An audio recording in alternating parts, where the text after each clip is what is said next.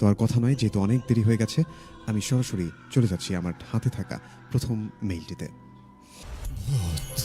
বেলা with Ratul.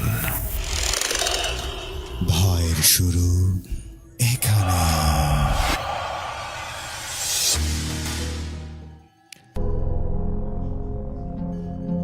Ratul ভাই, আশা করি আল্লাহর রহমতে অনেক ভালো আছেন এবং অনেকেই জেগে বসে আছেন কখন ভূতবেলা শুরু হবে। তাহলে চলুন শুরু করা যাক। আমি তানভীর প্রধান। আমার বন্ধুর সাথে ঘটা যে ঘটনাটি, সেটি ব্ল্যাক ম্যাজিকের একটি ঘটনা, যা আমার বন্ধুর পুরো জীবনকে নষ্ট করে দিয়েছে। একটি বছর নষ্ট হয়ে গেছে এবং এই ঘটনাটি একটু বড়, তারপরও আমি ছোট করে লেখার চেষ্টা করছি। ছোটবেলা থেকেই আমি একটু চঞ্চল টাইপের, সবার সাথে খুব সহজেই মিশতে পারতাম।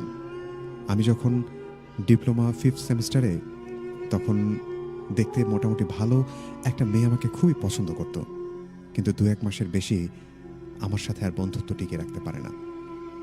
2020 সালের ডিসেম্বর মাস 26 তারিখ ফেসবুকে একটা মেয়ের সাথে পরিচয় হয়।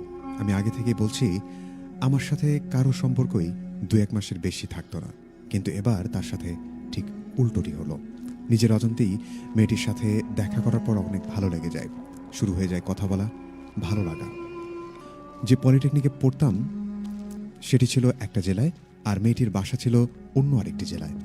এর মধ্যে আমার 5th সেমিস্টারের পরীক্ষা শুরু হয়ে যায়।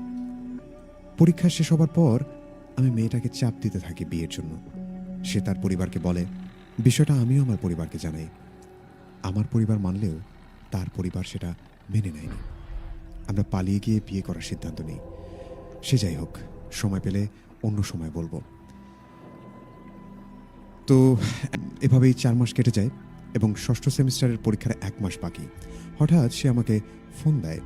ফোন দিয়ে বলে, আমি রংপুরে আছি, আমাকে নিয়ে যাও।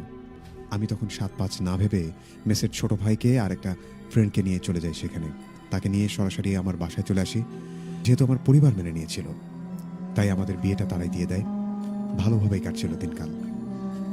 এর মধ্যে আমার মা তার কাছে তার পরিবারের নাম্বার নেয় এবং তার পরিবারের লোকজনদেরকে আমাদের ঠিকানাটা দিয়ে দেয়।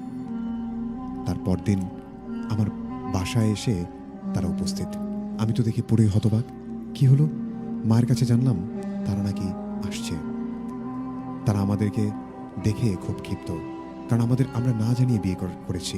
অনেক জল্পনা কল্পনা শেষে যখন তারা মেয়েকে নিয়ে যাওয়ার জন্য রাজি করাতে পারলো না, তখন তারা খাওয়া দাওয়া করে চলে যায়। 1 মাসের মতো বাসায় থাকার পর পরীক্ষার সময় হলো। আমি কলেজে চলে আসি। এত কিছু কেন বললাম? যাতে আপনারা বুঝতে পারেন এবং আপনাদের বুঝতে সুবিধা হয়।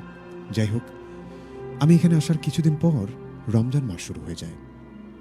প্রথম রোজার দিন মা আমাকে ফোন দিয়ে বলে তারা সব মেনে নিয়েছে। আমি ভাবি, যাক আলহামদুলিল্লাহ, বেশ ভালোই হলো। এবং তখন থেকেই তারা খুব ভালোভাবে আমাদের সাথে যোগাযোগ করত। 7ম রোজার দিন আমার মা আমাকে ফোন দিয়ে বলে, তোর খালা শাশুড়ি আর তার ছেলে এসেছে, তোর বউকে নিয়ে যাবে। তোর পরীক্ষা শেষ হলে তোর বাবাকে এবং তোকে গিয়ে নিয়ে আসতে বলেছে। আমি আর না বলিনি।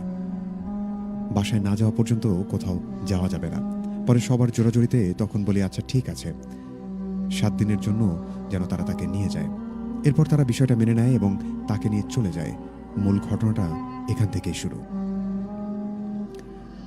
পরদিন তারা বাসায় ফিরেই আমাকে কোনো ফোন দেয়নি। আমি খুব চিন্তিত ছিলাম। দুপুরে আমি নিজে থেকেই ফোন দেই যে ঠিকঠাকভাবে তারা বাসায় পৌঁছেছে কিনা। সেটা বোঝার জন্য ফোন দেওয়ার পর আমি রীতিমতো শকড হয়ে যাই। কথা বলছি আমি আর আমার বউ, এবং সে আমাকে বলছে, তুই তো করে ব্যবহার করছে। আমাকে বলছে, তুই আমাকে আর কোনোদিন ফোন দিবি না। এভাবে বেশ কিছু কথা হয় এবং সেইগুলি কিভাবে বলতে পারলো আমি আসলে বুঝতে পারছিলাম না। এবার ফোনের ওপার থেকে আরও একটা কথা আসলো। কণ্ঠটা বুঝতে পারলাম তার মায়ের কণ্ঠ। তার মা বলছে, আমি তোমায় ছাড়বো না, আমার মেয়ের জীবনটা নষ্ট করে দিয়েছো, এবার তোমার জীবনটা আমি নষ্ট করে ছাড়বো। এই বলে আমার ফোনটা কেটে দেয়। বাসায় আমি ফোন দিলাম। মা ফোন ধরেই কাঁদো কাঁদো গলায় বলছে, তোর বউ আমাকে যাচ্ছে না তাই বলে অপমান করেছে। আমি ভাবছি কি হচ্ছে এগুলো। এরপর মা বলল, তারা সোজা জানিয়ে দিয়েছে তারা আর এই বাসায় বউ আসতে দেবে না। এগুলো শুনে আমার মাথা কাজ করছিল না। আমি রাগে আর কোনো কথা বলি না। এরপর আমাদেরকে যে মেয়েটিকে পাঠানো হবে না সেটি বুঝতে পারি এবং এসব ভাবতে ভাবতে আমি শুয়ে পড়ি এবং একটা সময় পর আমার কাছে মনে হচ্ছে আমার দরজায় যেন কেউ একজন টোকা দিল। তখন রাত হয়ে গেছে, অথচ দরজা খোলা আছে, কিন্তু তারপর আর কোনো আওয়াজ নেই। কিছুটা অবাক হলেও বেশ ঘাবড়ে গিয়েছিলাম। তারপর ভাবলাম হয়তো কেউ মজা করছে, কিন্তু একটু পরে ভাবলাম মেসে তো কেউ নেই, আমি ছাড়া। রুমমেট তো পরীক্ষা দিতে চলে গেছে, আর যারা আছে তারা সবাই বাইরে। তারপর আবার ভাবলাম আমার মনের ভুল হয়তোবা মেসটা গ্রামের ভেতর হওয়ায় হয়তো কেউ মজা করছে। পরীক্ষা পরদিন তাই একটু পড়তে চাইলাম, কিন্তু পারলাম না। শুয়ে শুয়ে পড়লাম, কিন্তু কখন জানি ঘুমিয়ে গেছে আমি জানি না। ঘুমের মধ্যে একটা স্বপ্ন দেখলাম, কে যেন আমাকে বলছে তুই বাঁচবি না, তোকে মরতেই হবে। এই কথা বলে আমার উপর ঝাঁপিয়ে পড়ল এবং আমি সঙ্গে সঙ্গে চিৎকার করে উঠি। আমাকে সাহায্য করার মতো কেউ ছিল না সেখানে। আমি খেয়াল করলাম যে আমার উপর ঝাঁপিয়ে পড়ল সে আর কেউ নয়, আমার স্ত্রী। আমি ভয় পেয়ে গেলাম আর বললাম তুমি? তারপর আমার আর কিচ্ছু মনে নেই। আমার যখন ঘুম ভাঙে তখন আমি তাকিয়ে দেখি আমি মেস মালিকের বাসায়, পাশে আমার ছোট ভাই, আমার বন্ধুরা দাঁড়িয়ে আছে। আমি বললাম আমি আমি এখানে কেন, কিভাবে এলাম এখানে? বলে রাখি রাতুল ভাই, আমার মেস মালিক আমাকে খুবই পছন্দ করতেন। কোনোদিন আমাকে কখনো উচ্চস্বরে কথা বলতেন না, রাগ হওয়া বা জোর গলায় কোনো কথা বলেননি। কিন্তু সেদিন তিনি রাগান্বিত হলেন এবং বললেন আমি জানি না কিছু, এবং নির্দেশনা দিলেন এখনই যেন আমাকে বাসায় নিয়ে যাওয়া হয়। আমার শরীর প্রচণ্ড ব্যথা করছিল। আমি আমার বন্ধুকে বললাম আমাকে রুমে নিয়ে চল। তারপর রুমে নিয়ে আসা হলো। আমি সবাইকে বাইরে যেতে বললাম, দুজন ছাড়া, আমার সেই দুজন বন্ধু যারা মেয়েটাকে আনতে সাহায্য করেছিল। তারা আমাকে যেভাবে বলেছিল সেভাবেই বলছে। আমার বন্ধুরা বলছে তোর বাসায় যে সমস্যা হয়েছে, তোর বউকে আন্টি নিয়ে গেছে। আমাদের দুজনকে সেটা ফোন করে বলেছে। তোর রুমমেট যখন পরীক্ষা দিয়ে এসে রুমে তোকে খুঁজে না পায় তখন আমাকে ফোন দেয় এবং কারণ জানতে চায় আমি কোথায়, তুই কোথায়। তুই তো আমাদের সাথে যাসনি, তাছাড়া রুমের দরজা নাকি খোলা ছিল। আমরা মেসে আসার পরে সবাইকে বলি তোর বাসার সমস্যার কথা, সবাই মন খারাপ করে এবং ওরাও ভাবে তুই হয়তো মন খারাপ করে কোথাও চলে গেছিস। ফোন দিয়েও তোকে পাচ্ছিলাম না। সবাই মিলে তোকে দোকানের আশেপাশে, বাগান, সমস্ত জায়গায় খুঁজি। তারপর সকাল 8টা বেজে গেল। তখন একটু চিন্তিত হলাম। আমরা মেস মালিকের কাছে গিয়ে আমরা তাকেও সব কিছু খুলে বলি এবং সবাই মিলে বেরিয়ে পড়ি। একটা সময় তোকে খুঁজতে খুঁজতে শহরের দিকে যাচ্ছিলাম এবং বাগান দিয়ে হঠাৎ করে কেউ একজন বলে উঠল ওখানে কেউ একজন পড়ে আছে। এই চিৎকার শুনে আমরা দৌড়ে যাই সেখানে গিয়ে দেখি তোর চোখ একদম লাল, মুখ একেবারে ফ্যাকাশে হয়ে আছে। তোকে মেস মালিকের বাসায় নিয়ে যাই এবং বলে আমার বন্ধু বলল তুই যে পথে যাচ্ছিস সেখান থেকে ফিরে আয়। আমি অবাক হয়ে বললাম কোন পথে? তখন সে বলল তুই যে নেশা করেছিস এটা আমরা বিশ্বাস করতে পারছি না, বাদ দে এসব। আমি এইসব কথা শুনে অবাক হয়ে গেলাম। আমি ওদেরকে অনেকবার বোঝানোর চেষ্টা করলাম এবং সেই সময় আমি বুঝতে পারলাম যে মেস মালিক আমার উপর প্রচণ্ড ক্ষিপ্ত। আমি খুব হতাশ হয়ে ভাবি কি হলো এগুলো আমার সাথে, এটা কি সত্যি স্বপ্ন ছিল? তারপর থেকে আমি বুঝতে পারছিলাম আমার সাথে সবসময় কে যেন থাকে, এমন কিছু একটা ফিল করি। সেদিন রাতে আমি ঘুমোতে পারিনি। পরীক্ষা দিয়ে আসার পর আমার প্রচণ্ড খারাপ লাগতে থাকে। আমি কিছু করতে পারছিলাম না। তারপর দিন থেকে প্রতিদিন দুপুরে কেমন যেন করে আমি ঘুমিয়ে যেতাম আর সেই স্বপ্নটা আমি দেখতাম। সেই একই ঘটনা ফিরে ফিরে আসতো। মূলত সবাই রেগে গিয়েছিল আমার ওপর। আমি কারোর সাথে কথা বলতাম না, 2টা পরীক্ষাও দেইনি। সবাই ভাবে আমি নেশা করেছি। এক পর্যায়ে মেসের মালিক আমার বাসায় খবর দেয়। বাসা থেকে বাবা মা এসে সবটা শুনে আমায় বুঝিয়ে রেখে আসবে, কিন্তু মেস মালিক বলে আমি এমন ছেলেকে মেসে রাখবো না যে নেশা করে, আমার মেসের নাম খারাপ হবে, আপনারা দয়া করে ওকে নিয়ে যান। বাবা মা অনেক চেষ্টা করে অন্য মেসে রাখার জন্য, কিন্তু কেউ আমাকে রাখতে চায় না, কারণ কলেজ সহ পুরো এলাকার সবাই জানতো আমি নেশা শুরু করেছি। বাবা সব আশা ছেড়ে দিয়ে আমাকে বাসায় নিয়ে আসলো। আমি বাসায় এলাম এবং আমার সাথে এমন হয় তারা বিশ্বাস করে না আমার কথা, তারা কেউ আমলে নেয় না। তারা সবাই ধরে নেয় আমি নেশা শুরু করে দিয়েছি। কি একটা অবস্থা, বিশ্বাস করবে না রাতুল ভাই। আমি নিজে গিয়ে অসহায় ভাবতে শুরু করি। বাসায় আসার 4 দিন কিছু হয়নি। 5 দিনের দিন রাত্রেবেলা আমি ফোন চাপছিলাম। হঠাৎ করে আমার মনে হলো জানালা দিয়ে কিছু একটা ঢুকে পড়লো। তেমন কিছু না। আমি ভাবলাম আমার হয়তো বা মনের ভুল। হালকা জানালাটা খোলা ছিল, বন্ধ করে দিলাম। এর কিছুক্ষণ পর মনে হলো একটা মেয়ে আমার টেবিলের পাশে দাঁড়িয়ে আছে। আমি প্রচণ্ড রকমের ভয় পাই, রুমের আলো জ্বালিয়ে দিই তৎক্ষণাৎ। যেটা দেখতে পাই সেটা দেখার জন্য আমি মোটেই প্রস্তুত ছিলাম না। আমি দেখলাম আমার স্ত্রী দাঁড়িয়ে আছে, কাঁদছে। ভয়ে শীতল হয়ে যায়। আমি কি বলবো, কাকে ডাকবো কিছু বুঝতে পারছিলাম না। আমার মুখ দিয়ে কোনো কথা বেরোচ্ছে না। বলল, মরবি তুই, মরবি। আমি কি করব ভাবতে পারছিলাম না। হঠাৎ করে মায়ের ডাক শুনে শান্তি ফিরে এলো। মনে মনে তাকিয়ে দেখি সে নেই। মায়ের কথা শুনে দরজা খুলে দেখি মা বাইরে দাঁড়ানো। মা বলল, তোর দাদি খুবই অসুস্থ, চল দেখে আসি। মায়ের এরকম চিন্তিত গলা শুনে আমি বললাম, বাবা যাবে না? মা বলল, তোর বাবা আগেই গেছে। আমি ফোনের দিকে তাকিয়ে দেখি 11:49 বাজে। কিন্তু কোনো কিছু না ভেবে মায়ের সাথে চলে গেলাম। মা দাদি বাড়ি না গিয়ে রাস্তা দিয়ে হেঁটে যাওয়ার সময় পুকুর পাড়ের দিকে যাচ্ছে। বলে রাখা ভালো, আমাদের এদিকে আবাদি জমি নেই, সব পুকুর। আমি মাকে ডাকতে ডাকতে পেছন দিকে যাচ্ছি। হঠাৎ করে আমার মা বাস ছেড়ে এসে থেমে গেল এবং বলল, দাদিকে দেখবি? এই কথা বলে বিকট একটা হাসি দেয়। আমি মায়ের এমন আচরণ দেখে আমি বিশ্বাস করতে পারছিলাম না কি হচ্ছে। আমি মাকে বলি, মা কি হয়েছে তোমার, এমন করছো কেন? মা তখন বলছে, তোকে তোর বউয়ের কাছে রেখে চলে যাচ্ছি। এই কথা বলে হাসতে শুরু করে। আমি ভয়ে ভয়ে মায়ের দিকে তাকিয়ে দেখি কি ভয়ঙ্কর সেই চেহারা।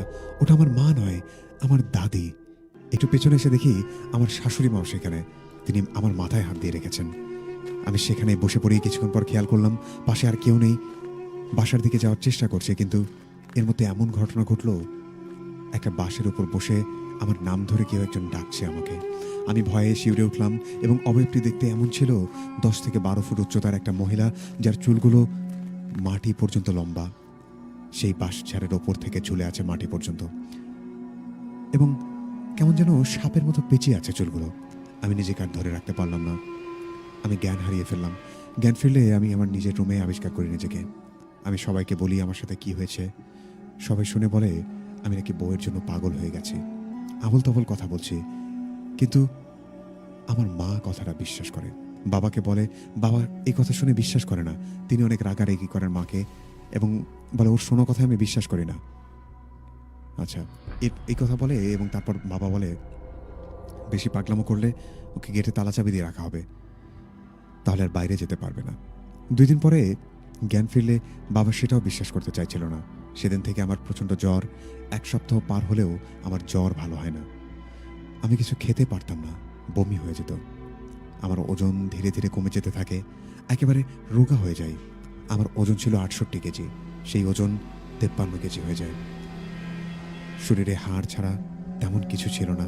এগুলো দেখে সহ্য করতে না পেরে আমার এক চাচা কবিরাজ ছিলেন, তার কাছে নিয়ে যায় আমার মা এবং চিকিৎসা করার জন্য। তিনি বলেন, আগে কেন আসেনি? এরকম কথা শুনে আমাকে 2 দিন সময় দেয় উনি এবং বলেন যে 2 দিন পর জানাবো আমার সাথে কি হয়েছে। আমরা বাসায় চলে আসি। সেদিন আমার সাথে কি কি ঘটেছে আমার আর মনে নেই। চলেন আমার মা যেভাবে বলেছে সেভাবেই শুনি। সেদিন বাজার থেকে তোর চাচার কাছ থেকে নিয়ে আসি তোকে। তোর বাবা বাজার থেকে এসে তোকে দেখতে যায়। তোর রুমে তখন তুই নাকি তোর বাবাকে অনেক খারাপ ভাষায় গালাগালি করেছিস। তোর বাবা তোকে একটা থাপ্পড় মেরে রুম থেকে বাইরে বেরিয়ে আসতে যাবে। তখন নাকি তুই মোটা গলায় বলেছিলি, মারবি তো মরবো, আমি এমনিতেও মরবো, অমনিতেও মরবো। তারপর তোর বাবা রুম থেকে রাগ করে বেরিয়ে আসে, আমাকে এসে এসব কথা বলে। আমি তোর বাবাকে অনেক বুঝিয়ে ঘুমাতে পাঠাই। রাত 3টার দিকে একটা স্বপ্ন দেখে ঘুম থেকে জেগে উঠি। আমি উঠে দেখি তোর বাবা বসে আছে। আমি জিজ্ঞাসা করলাম, কি হয়েছে? তোর বাবা বলল, স্বপ্ন দেখলাম একটা, কে যেন বলছে তোর বড় ছেলেকে নিয়ে যাব, কেমন করে বাঁচাস আমি দেখে নেব। হতাশ হয়ে তোর বাবাকে বললাম, ঠিক এই স্বপ্নটা আমিও দেখেছি। তখন তোর বাবা বলে, তোমরাই ঠিক ছিলে, কালোর চাচার কাছে যাবে। আমি তখন বললাম, তোমার ছেলেকে নিয়ে গিয়েছিলাম তোমার ভাইয়ের কাছে, 2 দিন সময় চেয়েছিল সে, 2 দিন পর তোর বাবা আর আমি তোকে নিয়ে তোর চাচার বাসায় যাই, কিন্তু তুই কিছুতেই যেতে চাইছিলি না। তারপর হঠাৎ করে একটা হাসি দিয়ে বললি, চল, কোথায় নিয়ে যাবি চল, আমার কেউ কিছুই করতে পারবে না, আমি মরবই। তারপর তোর চাচার বাসায় যাই, তোর চাচা যেটা বলে সেটা শোনার জন্য আমি মোটেও প্রস্তুত ছিলাম না। তোর চাচা বলে তোকে নাকি কালো জাদু করা হয়েছে, কিন্তু কে করেছে, কিভাবে করেছে সেটা কেউ বলতে পারবে না। সে আর কিছু করতেও পারবে না, কারণ সে যতটুকু জানে তা দিয়ে সেটার সাথে পেরে ওঠা সম্ভব নয়। তোর বাবা হতাশ হয়ে বলে, তাহলে কি কোনো উপায় নেই? তোর চাচা বলল, একজন কবিরাজকে সে চেনে, কিন্তু তিনি অনেক বড় বড় কাজের সমাধান করেন। এই কথা বলে তিনি বলেন যে, তুই পাশের রুম থেকে হাসছিস। এই কথা বলে আচ্ছা, এই কথা বলার পরে দেখি তুই পাশের রুম থেকে হাসছিস আর বলছিস, চল, কোথায় নিয়ে যাবি। এর মধ্যে তোর চাচার গলা চেপে ধরেছিস তুই। তোর চাচা কি যেন দিয়ে তোর মাথায় আঘাত করতে তুই একেবারে থেমে গেলি। আমরা আর দেরি না করে তোকে নিয়ে খুব দ্রুত চলে যাই সেই কবিরাজের বাসায়। কবিরাজ বলে, আমি এগুলো বাদ দিয়েছি অনেক আগে, কিন্তু তোর চাচাকে দেখে তোর দাদার নাম শোনার পর সাথে সাথে তিনি বলেন, আমার বন্ধুর নাতি যখন বিপদে পড়েছে সাহায্য তো করতেই হবে।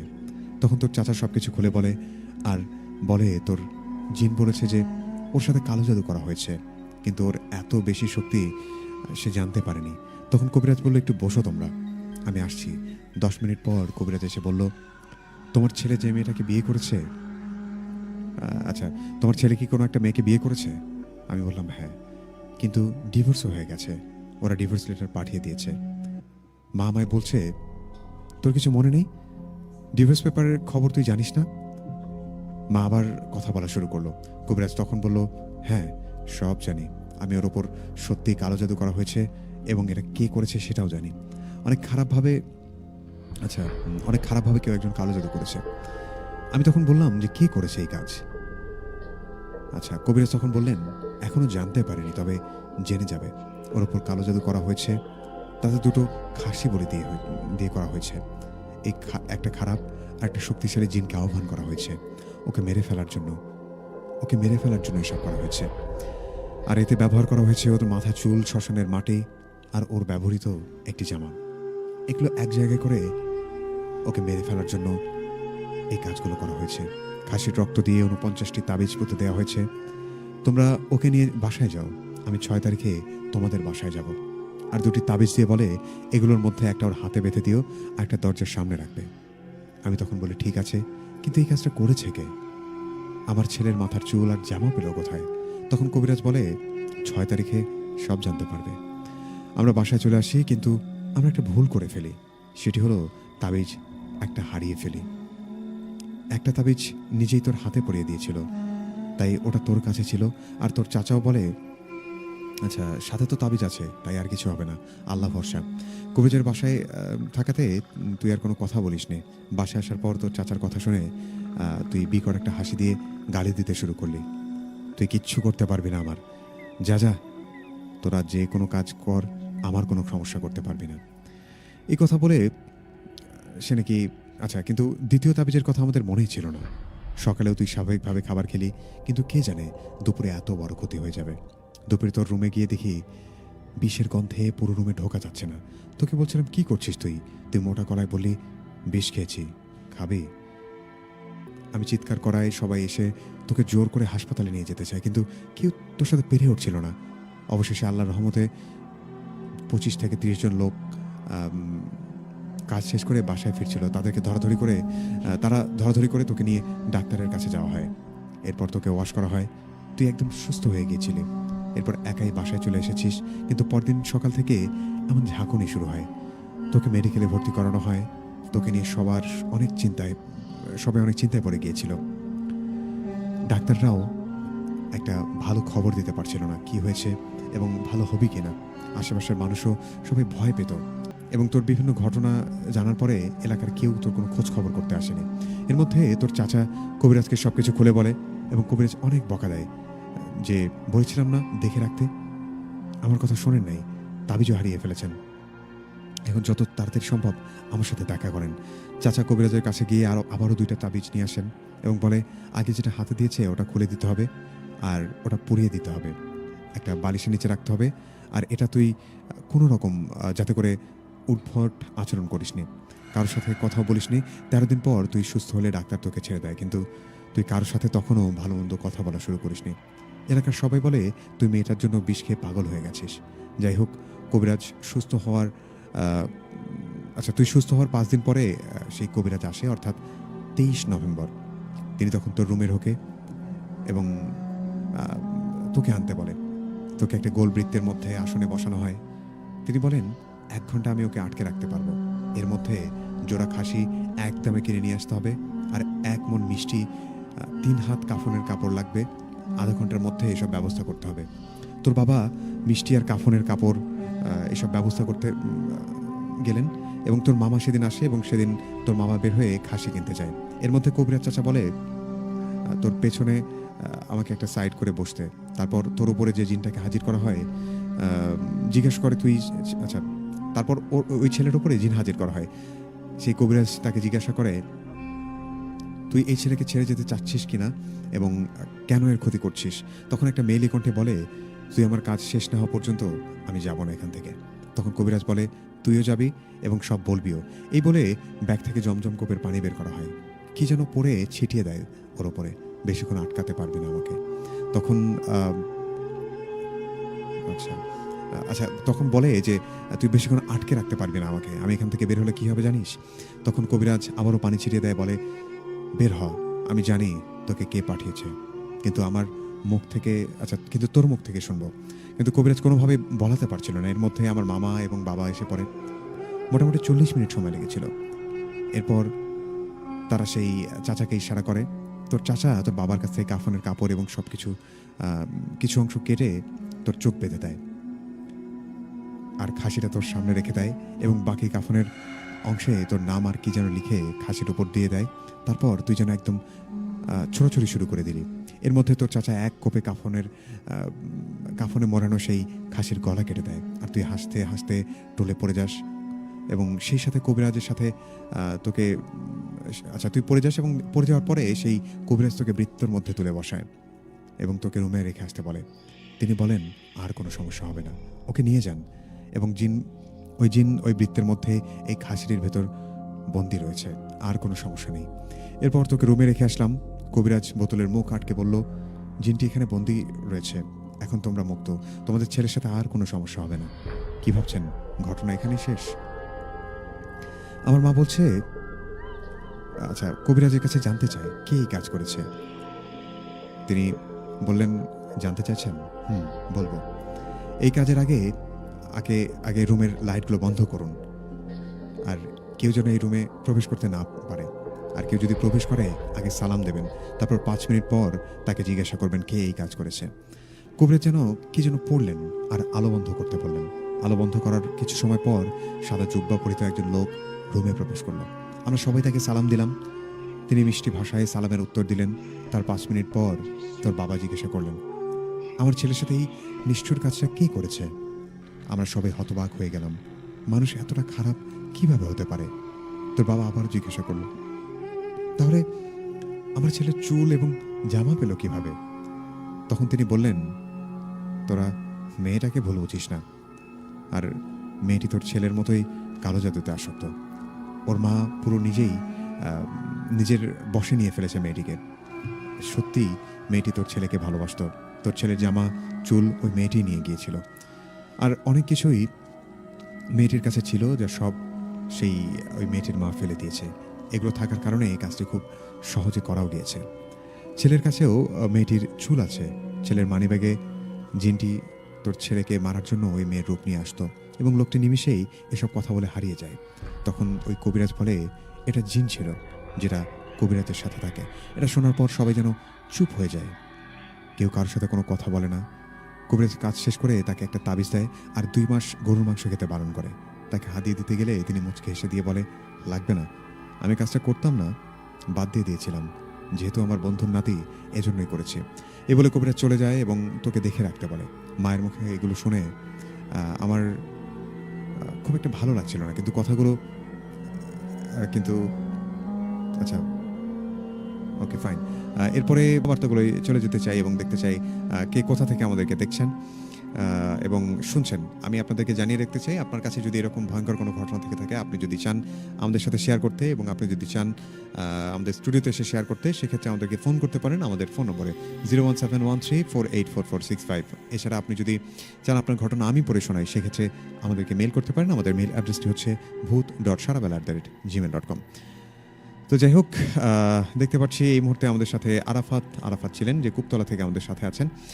আমি বালুয়া বাজার থেকে দেখছি মাসুদ লিখেছিলেন আমাদেরকে এলেক্স লিমন, আগে বাটন ফোনে শুনতেন উনি। এখন আমাদেরকে দেখছেন জয় সরকার, লিখেছেন যে বিপিএল দেখছি এবং ভূতবেলা শুনছি। ছিলেন আমাদের সাথে আরেক্স রাকিব, উনি লিখেছেন যে ফুলবাড়ি থেকে শুনছি। আমাদের সাথে ছিলেন শরীর হিম করার মতো ঘটনা, লিখেছিলেন বিষাক্ত মন। খন্দকার মেহেদী হাসান মানু ছিলেন আমাদের সাথে, লিখেছিলেন আমাদেরকে সজীব মিয়া রামচন্দ্রপুর থেকে শুনছি। নয়ন সরকার ভাই লিখেছিলেন আমাদেরকে। তানভীর প্রধান লিখেছেন, আচ্ছা, তানভীর প্রধানকে অনেক অনেক ধন্যবাদ ওনার চমৎকার এই ঘটনাটি আমাদেরকে পাঠিয়ে দেওয়ার জন্য। জয় সরকার লিখেছিলেন আরও মোহাম্মদ সোয়াইব ইসলাম, ঘটনাটা অসম্ভব ভয়ের ছিল। আমাদের সাথে ছিলেন সোয়াইব ইসলাম, মেইলটা ভালো ছিল। আরও লিখেছিলেন হাসানুর আহমেদ নিলয়, দেখতে পাচ্ছি আমাদের সাথে ছিলেন। আচ্ছা, মাহিম হোসেন মুক্ত, ভালো আছেন অনেকদিন। আচ্ছা, অনেক ভালো হচ্ছে অনুষ্ঠান। জান্নাত বাপ্পি লিখেছেন যে আজকে প্রথম কমেন্ট করে গেলাম, বরাবরের মতো সাথে আছি। লিখেছিলেন আমাদেরকে মমিনুল ইসলাম, ঢাকা থেকে আমাদেরকে শুনছেন খন্দকার মেহেদী হাসান মানু, শুভকামনা আপনার জন্য। আমাদের সাথে ছিলেন ফারিয়াস আহমেদ রিজভি, অনলাইনে শোনা যাচ্ছে না। সেই সাথে আরও অনেকেই শুনছিলেন। যাই হোক, আমি আসলে আর কথা বাড়াতে চাই না। আরও দুটি মেইল রয়েছে, আমি সেই মেইলগুলোতেও যাব, বাট এই মুহূর্তে আমি চলে যেতে চাই। আমাদের স্টুডিওতে আছেন আমার খুব পছন্দের একজন ভাই। আসসালামু আলাইকুম ভাইয়া। ওয়ালাইকুম আসসালাম। ধন্যবাদ জানাতেছি যে আজকে আমন্ত্রণ জানানোর জন্য। আচ্ছা, ওকে, সর্বোপরি আপনাকে স্বাগত। জি। খুব বেশি কথা না বাড়াই, আমরা কোন ঘটনা শুনবো আজকে আপনার থেকে? আজকে একটা ঘটনা বলবো, সেটা হচ্ছে আমাদের এক প্রবাসী ভাই আছে। জি। ভাই এখন হচ্ছে সৌদি আরবে আছে। সৌদি আরবে আছেন, আচ্ছা। ভাইয়ের বাসা হলো উদাখালী ইউনিয়ন। জি। ভাই হচ্ছে 2023 সালে সৌদি আরবে যায় আর কি। ওকে। ভাইয়ের নাম হচ্ছে সম্রাট সাগর। ভাই রেডিও সারাবেলাতে সবসময় কমেন্টও করে। জি। ভাই হলো মানে ড্রাইভিং করে। তা ভাই যখন 2023 সালে যখন যায় ড্রাইভিং যখন করে, তখন যে চাকরিটা পাইছিল আর কি, উনি হচ্ছে নার্স আর হচ্ছে ডাক্তারদেরকে অ্যাম্বুলেন্সে করে নিয়ে যাওয়া আসা করতো। আচ্ছা। তা উনি ওই চাকরি করে। তা ওনার সাথেও একজন ডাক্তার আছে, ওই যে ড্রাইভার আছে আর কি, অস্ট্রেলিয়ান প্রবাসী। তা হঠাৎ একদিন কি হয়েছে যে উনি ছুটিতে গেছে। তা এখন সম্রাট সাগরকে এখন ডাকা হয়েছে আর কি, যে তোমাকে একজন অসুস্থ রুগী আছে, তোমাকে আজকে নিয়ে যাওয়া লাগবে। তা যেহেতু সম্রাট সাগর ওই যে ডক্টর নার্সদেরকে নিয়ে যায়, এখন সম্রাট সাগর এখন বলতেছে যে তোমাকে একাই নিয়ে যাওয়া লাগবে। তা সম্রাট সাগর বাধ্য হয়ে আর কি যে রুগীকে নিয়ে যাওয়ার জন্য উনি অ্যাম্বুলেন্সে, মানে উনি যখন আসি দেখে যে অ্যাম্বুলেন্সে রুগী ছিল, উনি হয়তো বা চেক করে নাই। তা উনি ওনার মতো করে নিয়ে যাচ্ছে আর কি। আর আপনি একটা বিষয় জানবেন যে সৌদি আরবের বেশিরভাগ যে জায়গাগুলো, এগুলো হচ্ছে মরুভূমির জায়গা। জি। তা সম্রাট সাগর ড্রাইভিং করে যাচ্ছে। তা মরুভূমির ওইদিকে যখন গেছে, তা তখন বলে উনি একটু লক্ষ্য করতেছে যে পিছনের দিকে যে রুগী আছে, মানে গাড়িটা একটু মানে ঝাঁকুনি দিচ্ছে আর কি। উনি অনুভব করতেছে যে কিরে, অসুস্থ মানুষ আমি নিয়ে যাচ্ছি, তা উনি অসুস্থ হলে যেভাবে ঝাঁকুনি দেওয়ার কথা, অস্বাভাবিক ঝাঁকুনি হচ্ছে। তা ওনার কেন জানি একটু সন্দেহ হলো, যে একটু দেখি, একটু কথা বলি যে উনি এরকম ঝাঁকুনি কেন দিচ্ছে, আমার তো একটু সমস্যা হচ্ছে। তারপরে উনি কথা বলে সামন থেকে, তো উনি কোনো উত্তর দেয় না। আচ্ছা। তো উনি মনে করছে যে এমনি মনে হয়তো বা নামাজের রাস্তা, মরুভূমির রাস্তা, হয়তো বা এমনিতে এরকম হচ্ছে। উনি ওনার মতো করে আবার ড্রাইভ করতেছে। আচ্ছা। তা আবার কিছু দূর যাওয়ার পরে দেখে যে না, ঝাঁকুনি আরো বেড়ে গেছে। তা উনি তো এখন একটু ভয়ের মধ্যে পড়ে গেছে যে মরুভূমির রাস্তা, কেউ নাই। এর আগে একটু ঝাঁকুনি দিলে তখন মনে করলাম যে কিছু না, কিন্তু এখন তো আর বেশি ঝাঁকুনি দিচ্ছে আর কি। আচ্ছা। তা উনি গাড়িটা একটু স্লো করছে। স্লো করার কিছুক্ষণ পরে দেখে যে ওনার একটা টায়ার আর কি পাংচার হয়ে গেছে। ওনার তো ভয়টা আরো বেড়ে গেল যে কি রে, ঝাঁকুনি দিচ্ছে, আবার হচ্ছে কিছুক্ষণ আসার পরে আবার আমার টায়ার পাংচার হয়ে গেল। তখন উনি হলো কর্তৃপক্ষকে কল দিছে যে আমার তো আমি অমুক জায়গায় আছি, আমার তো গাড়ির পাংচার হয়েছে। তো তখন ওনার কাছে একটা টায়ার ছিল আর কি। তারপরে উনি এটা নিজে ঠিক করছে আর কি, কর্তৃপক্ষ জানানোর পর উনি ঠিক করছে। জি। ঠিক করার পর উনি আবার যাচ্ছে। তা আবার যাওয়ার কিছুক্ষণ পর আবার যে ঝাঁকুনি বেড়ে গেছে, তা ওনার তো ভয় বেড়ে গেছে যে এটা তো স্বাভাবিক কিছু নয়। রাইট। কারণ এরকম করে যাইতে যাইতে আবার আর একটা চাকা আর কি পাংচার হয়ে গেছে। ওনার তো খটকা লাগিয়ে গেছে যে আমি তো ড্রাইভিং করি অনেক দিন থেকে, কোনোদিন তো এইরকম পরপর 2টি চাকা কোনোদিন পাংচার হয় নাই। তা ওনার ভিতরে ভয় কাজ করছে। এখন ওনার যে সমস্যাটা হয়েছে যে গাড়িতে কিন্তু দেখবেন ভাইয়া সবসময় একটা চাকা থাকে আর কি, মানে রিজার্ভে থাকে আর কি। তা উনি এখন ফোন দিছে যে এর আগে যে চাকাটা পাংচার হয়ে গেছিল, আমি তো ওটা ঠিক করছি, এখন তো আমার কাছে আর কোনো চাকা নেই, আমি তো আসলে আর যাইতে পারতেছি না। তাও তখন কর্তৃপক্ষ বলছে যে তুমি তোমার লোকেশন বলো, আমি চাকা নিয়ে লোক পাঠিয়ে দিতেছি। তা এখন উনি লোকেশন বলছে, উনি গাড়ি থেকে বের হয়ে উনি মোবাইলটা ফেসবুক চালাতেছে আর কি। জি। তারপরে যখন ফেসবুক চালায়, তারপরে দেখে যে না, মানে ঝাঁকুনি আবার বেড়ে গেছে, মনে হয় গাড়ি মানে জোরে জোরে দুলতেছে। তা উনি তখন ভিতরে মানে ওই যে তারপর বলছে চাচা আপনার কি সমস্যা, আপনি এরকম করতেছেন কেন? তারপরে উনি ওই যে ঝাঁকুনি যখন বেড়ে গেছে, উনি যখন ওখানে গেছে যা দেখে যে চাচা কোনো কিছুই বলে না আর কি। তা ওনার তো তখন ভয়টা বেড়ে গেছে। তা ভয় তখন উনি ভয়তে উনি আর ওইদিকে যাচ্ছে না আর কি, উনি ওখান থেকে মানে ব্যাক করছে আর কি, যে উনি যেহেতু কোনো কথা বলতেছে না। এখন কর্তৃপক্ষ বললো যে ওখানে একজন রুগী আছে, তো উনি তো কথা উনি যে খুলবে, খোলারও সাহস পাচ্ছে না আর কি। আচ্ছা। তারপরে একটু পরে উনি ওখান থেকে একটু সরিয়ে আসছে, আসার পরে উনি তখন আবার যে সিটে বসবে, তা বসার পর তখন মানে গাড়ি টলকাটলকি শুরু হয়ে গেছে আর কি, মানে বেশি শুরু হয়ে গেছে। তারপরে উনি আবার বার হয়ে আসছে, আসার পরে উনি একবারে ওখানে সেন্সলেস হয়ে অজ্ঞান হয়েছিল আর কি ভাই। তারপরে কর্তৃপক্ষ আসছে লোকেশন অনুযায়ী, তা আসি দেখে যে সম্রাট সাগর একদম মানে অজ্ঞান হয়ে পড়ে আছে। তারপরে ওনাকে বলা হয়েছে যে আসলে এখানে কি হয়েছিল আর কি তোমার সাথে। তা উনি বলে যে এই ঘটনা। তারপরে উনি যখন পানি টানি দিছে, ভালো হয়েছে। তারপরে ওনাকে সঙ্গে করে নিয়ে আর কি ওই যে গন্তব্যস্থানে যখন উনি যায়, তা গিয়ে দেখে যে পিছনে কোনো চাচা ছিল না, ওটা একটা লাশ ছিল আর কি। পেছনে কেউ ছিল না, কিন্তু ওটা একটা লাশ ছিল। তখন তো সম্রাট সাগরের মানে ভয়টা আরো বেশি হয়ে যায়। তখন রাত আনুমানিক 11টা থেকে 12টা হবে। তো এখন উনি যখন লাশটা নামে নেওয়ার পরে এখন সম্রাট সাগর থেকে আবার ব্যাক করে আসতে হবে। তো উনি আর সাহস পাচ্ছেন আর কি ভাইয়া, যে আমি যে এই রাস্তাটা মরুভূমির রাস্তাটা একা একা আসলাম, ওনারা আমাকে বললো যে রুগী আছে, কিন্তু ওটা তো কোনো রুগী ছিল না, ওটা একটা লাশ ছিল। এখন আমি এই মরুভূমির রাস্তা দিয়ে আমি আবার কিভাবে যাব? তারপরে উনি ওই রাস্তা দিয়ে আসতে, তা মাঝখানে উনি একজনকে পায়, তার বাসা পাকিস্তানে। তারপরে ওনার কাছে লিভ চাইছে আর কি। তা সম্রাট সাগরের ভিতরে এখন একটা মানে সাহস শিখেছে যে কিসের লিভ, আমার তো জীবন মরণ বাঁচা নিয়ে প্রশ্ন। তা ওনাকে বলে যে হ্যাঁ আপনি আসেন, সমস্যা নেই, আমি আপনার সঙ্গে করে যাব। তারপরে যখন উনি ওনাকে নিয়ে যাওয়ার পরে সম্রাট সাগর কম করে 10 থেকে 12 দিন একদম জ্বরে একদম অসুস্থ হয়ে গেছিল আর কি। আসলে রিয়াল যে ঘটনাগুলো, সত্য ঘটনাগুলো হয়তো একটু ভয়ের কম হয়, কিন্তু এটা সম্রাট সাগর বলছে যে আমি যে এত পরিমাণ ভয় পাইছি, এটা যদি আর কারোর সাথে হইতো তাহলে সে আর পুরো বাসায় থাকতো না। মানে উনি বলছে যে একটা লাশ যে এত ঝাঁকুনি দিতে পারে, আর পাংচার যে হওয়ার ব্যাপারটা, উনি ওখানে সেন্সলেস হয়ে গেছিল। এমনকি যখন উনি ব্যাক করে আসে, উনি বাড়িতে যাওয়ার পরে উনি 10-12 দিন জ্বরে একদম অসুস্থ হয়ে গেছিল আর কি ভাই। এটাই ছিল সম্রাট সাগরের কাছে থেকে শোনা গল্প আর কি আমার। ওকে, ঠিক আছে, আমরা ভাইয়ের কাছে আবারও ফিরবো। এই মুহূর্তে আমরা আসলে দেখতে চাই কারা কারা আছেন আমাদের সাথে। আপনাদের কার কাছে কেমন লেগেছে এই ঘটনাটি? আপনারা যদি চান আরও ভয়ঙ্কর ঘটনা আপনার কাছে জানা আছে, আপনি চান আমাদের স্টুডিওতে এসে শেয়ার করতে, সেক্ষেত্রে আমাদেরকে ফোন করতে পারেন একটি নাম্বারে 01713484465।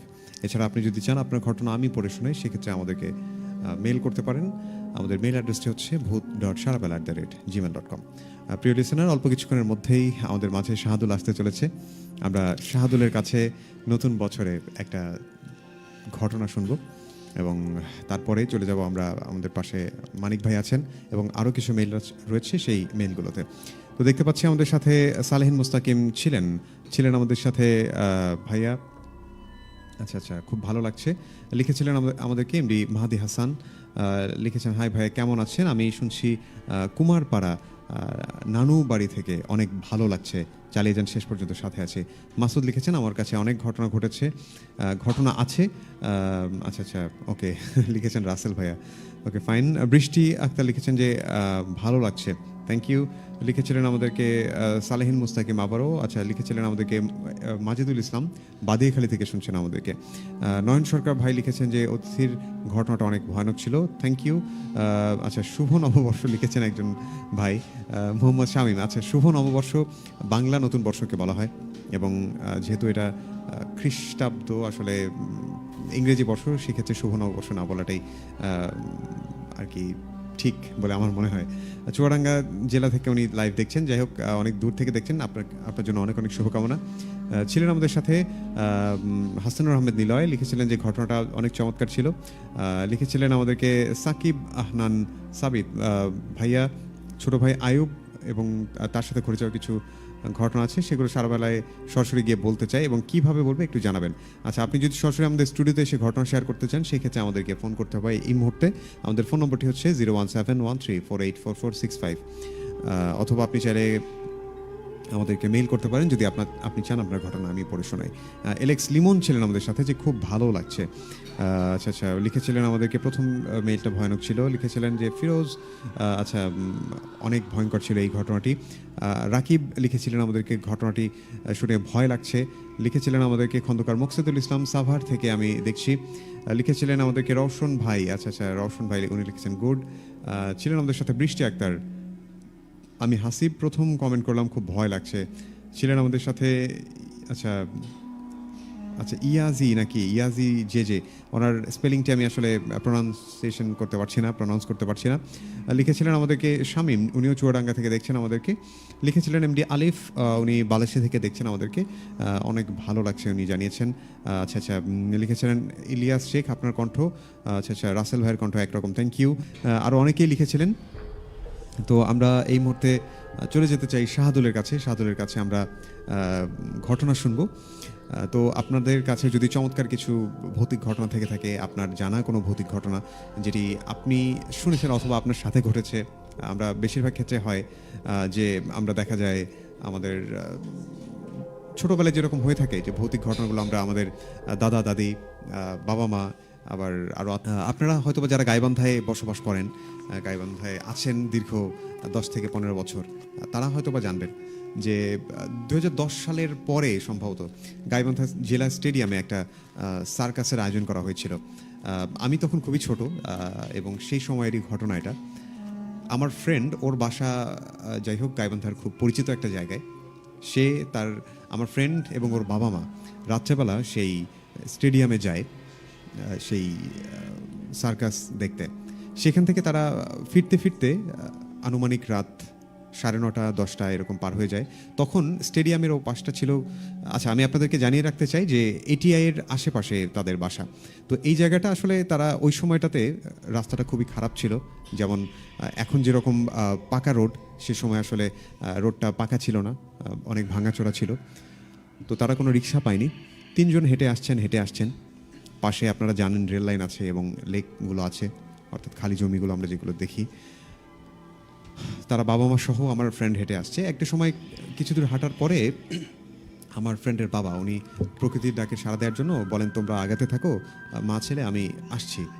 এই কথা বলে উনি বাম পাশে একটা খালি জায়গার মতো আছে, সেখানে উনি চলে যান এবং পাশে একটা পুকুরও ছিল, সেই জায়গাটাতে যান এবং সেখানে যাওয়ার পরে অনেকক্ষণ হয়ে যায়। আমার ফ্রেন্ড এবং ওর মা, হালকা চাঁদের আলো ছিল, রাস্তার পাশে দাঁড়িয়ে থাকে এবং বলে, তোমরা একটু আগাতে থাকো, এই আঙ্কেল কিন্তু এভাবে বলেন।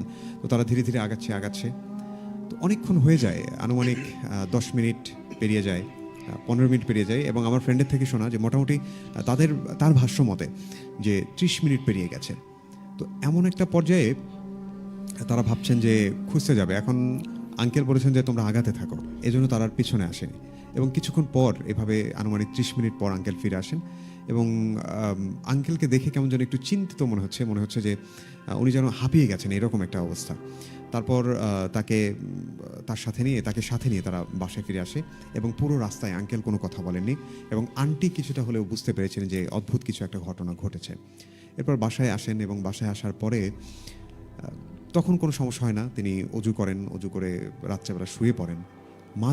রাত্রের দিকে আনুমানিক তখন 2টা কিংবা 2:30 হবে, এমন একটা সময়ে আমার ফ্রেন্ডের ঘুম ভেঙে যায় এমন একটা শব্দেও, যেটা মনে হচ্ছে যে আঙ্কেল কান্না করছেন, অর্থাৎ আমার ফ্রেন্ডের বাবা কান্না করছেন। একজন বড় মানুষ যদি একজন অভিভাবক মানুষ যদি হুট করে কান্না করে ওঠেন রাত্রেবেলা, সবাই ভয় পেয়ে যাবে এবং নিজেকে খুবই অসহায় লাগে যখন এরকম একটা পরিবেশ। তো যাই হোক, আন্টিও টের পেয়ে যায়, ঘুম থেকে উঠে জিজ্ঞেস করেন কী হয়েছে। আঙ্কেল তখন ছোট বাচ্চার মতো কান্না করতে থাকেন এবং বলতে থাকেন যে ওই যে জানালার পাশে কি একটা দাঁড়িয়ে আছে, ওকে চলে যেতে বলো। তারপর আন্টি যতটুকুগুলো দোয়া জানতেন সব পড়তে থাকেন এবং একটা সময় পরে সেই জিনিসটা চলে যায় এবং তিনি সঙ্গে সঙ্গে রুমে লাইট জ্বালিয়ে দেন। তো এই ঘটনার পর থেকে বেশ কিছুদিন সমস্যা হয় তাদের। তারপর দিন সকালবেলা যখন হয়, তারপর তার কাছে জানতে চাওয়া হয় যে আসলে কি হয়েছিল। আন্টি জানতে চান। আমার ফ্রেন্ড তখন খুবই ছোট, সম্ভবত প্রাইমারি লেভেলে পড়তো আর কি।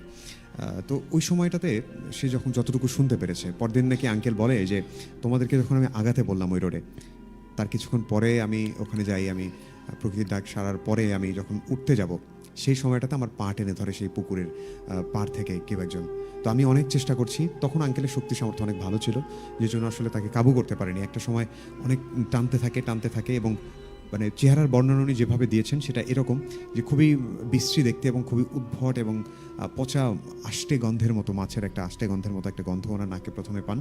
তারপর ওনার শরীরটা ছিল এরকম যেমন কালো কোনো একটা অবয়ব, যেন খুব বন্য একটা প্রাণী, যেটার উচ্চতা ছিল 6 ফুটের ওপরে ওনার ভাষ্যমতে, যেটা আসলে প্রচণ্ড শক্তি ছিল। হাতগুলোতে অনেক বড় বড় লোম ছিল পুরো শরীরে এবং চোখগুলো কেমন যেন নীল রঙের মতো ছিল, এরকম একটা। তারপর অনেকক্ষণ চেষ্টা করেও তাকে পানিতে নিয়ে যেতে পারেনি এবং একটা সময় পর তিনি জোরে আল্লাহু আকবার বলেছিলেন এবং সেখান থেকে মুক্তি পান এবং দৌড়ে আমার ফ্রেন্ড এবং তার ওয়াইফের কাছে চলে আসেন। এই ছিল তার সাথে ঘটে যাওয়া ঘটনা এবং তার পরের দিন থেকে আর কোনো দেরি করা হয়নি এবং তার পাশের বাসায় আমার ফ্রেন্ডের জেঠু ছিল, তাকে বলা হয় উনি একজন কবিরাজ নিয়ে আসেন। তার কাছে যাওয়ার পরে তাকে বলা হয় যে আসলে এটা একটা অশরীরী ছিল, একটা খারাপ জিন ছিল, যেটা আসলে এই পচা ডোবা এবং নির্জন জায়গাগুলোতে যারা অবস্থান করে সেই একটার খপ্পরে পড়েছিলেন তিনি। এরপরে দীর্ঘদিন তাকে বলা হয় যে তিনি যেন খুবই সাবধানে থাকেন, রাত্রেবেলা যেন একা ঘোরাফেরা কখনোই না করেন এবং নির্জন জায়গাগুলো যেন এড়িয়ে চলেন। এবং আপনারা সকলেই জানেন যে স্টেডিয়ামের ওই জায়গাটা এবং সেই সময়টাতে 2010 সালের ওই দিকে অনেকটা খালি ছিল। আশেপাশে এখন যেমন অনেক বাসা দেখা যায়, আদর্শ পাড়ার ওই রোডটা আপনারা হয়তো বা অনেকেই বুঝতে পারছেন, এখন যেখানে বিখ্যাত চা পাওয়া যায় আসলে বিকেল হলেই, ওই জায়গাটাও কিন্তু খুবই নির্জন ছিল। তো আমার ফ্রেন্ডের বাবার সাথে ঘটে যাওয়া এই ছিল ঘটনা। আপনাদের কার কাছে কেমন লেগেছে জানাবেন। এটা আসলে আমার ইনস্ট্যান্টলি মনে পড়লো, কারণ গত সপ্তাহে আমি আমার ফ্রেন্ডের সাথে যখন হাঁটতে বেরিয়েছিলাম, তো তখনই সে আমাকে এই ঘটনাটি বলে। তো যাই হোক, আপনাদের কার কাছে কেমন লাগলো এই ঘটনাটি জানাতে পারেন। আমি আমাদের অতিথি আছেন তার কাছে চলে যাব। দেখতে পাচ্ছি আমাদেরকে লিখেছিলেন নয়ন সরকার, লিখেছিলেন লিমন ভাইয়া। আচ্ছা, ওকে, কবিরাজের নাম জানতে চেয়েছেন, কোন কবিরাজের নাম জানতে চেয়েছেন একটু জানাবেন, কোন ঘটনার। যেহেতু আমার স্টোরিতেও প্রথম মেইলটা যখন ছিল তানভীর প্রধানের, ওনার কথা জানতে চেয়েছেন হয়তোবা। যাই হোক, আপনি আরেকবার প্রশ্নটি করবেন। বৃষ্টি আক্তার লিখেছিলেন হ্যাপি নিউ ইয়ার, লিখেছেন আমাদেরকে এমডি আলিফ ভাই, আমার কাছে একটি ভুতুরে ঘটনা আছে, উনি সবার সাথে শেয়ার করতে চান। লিখেছিলেন আমাদেরকে শাহ পরান, আসসালামু আলাইকুম রাতুল ভাইয়া। আচ্ছা, নয়া বন্দর বাজার থেকে আমাদেরকে দেখছেন রাতের তারা, নামটি জানাবেন।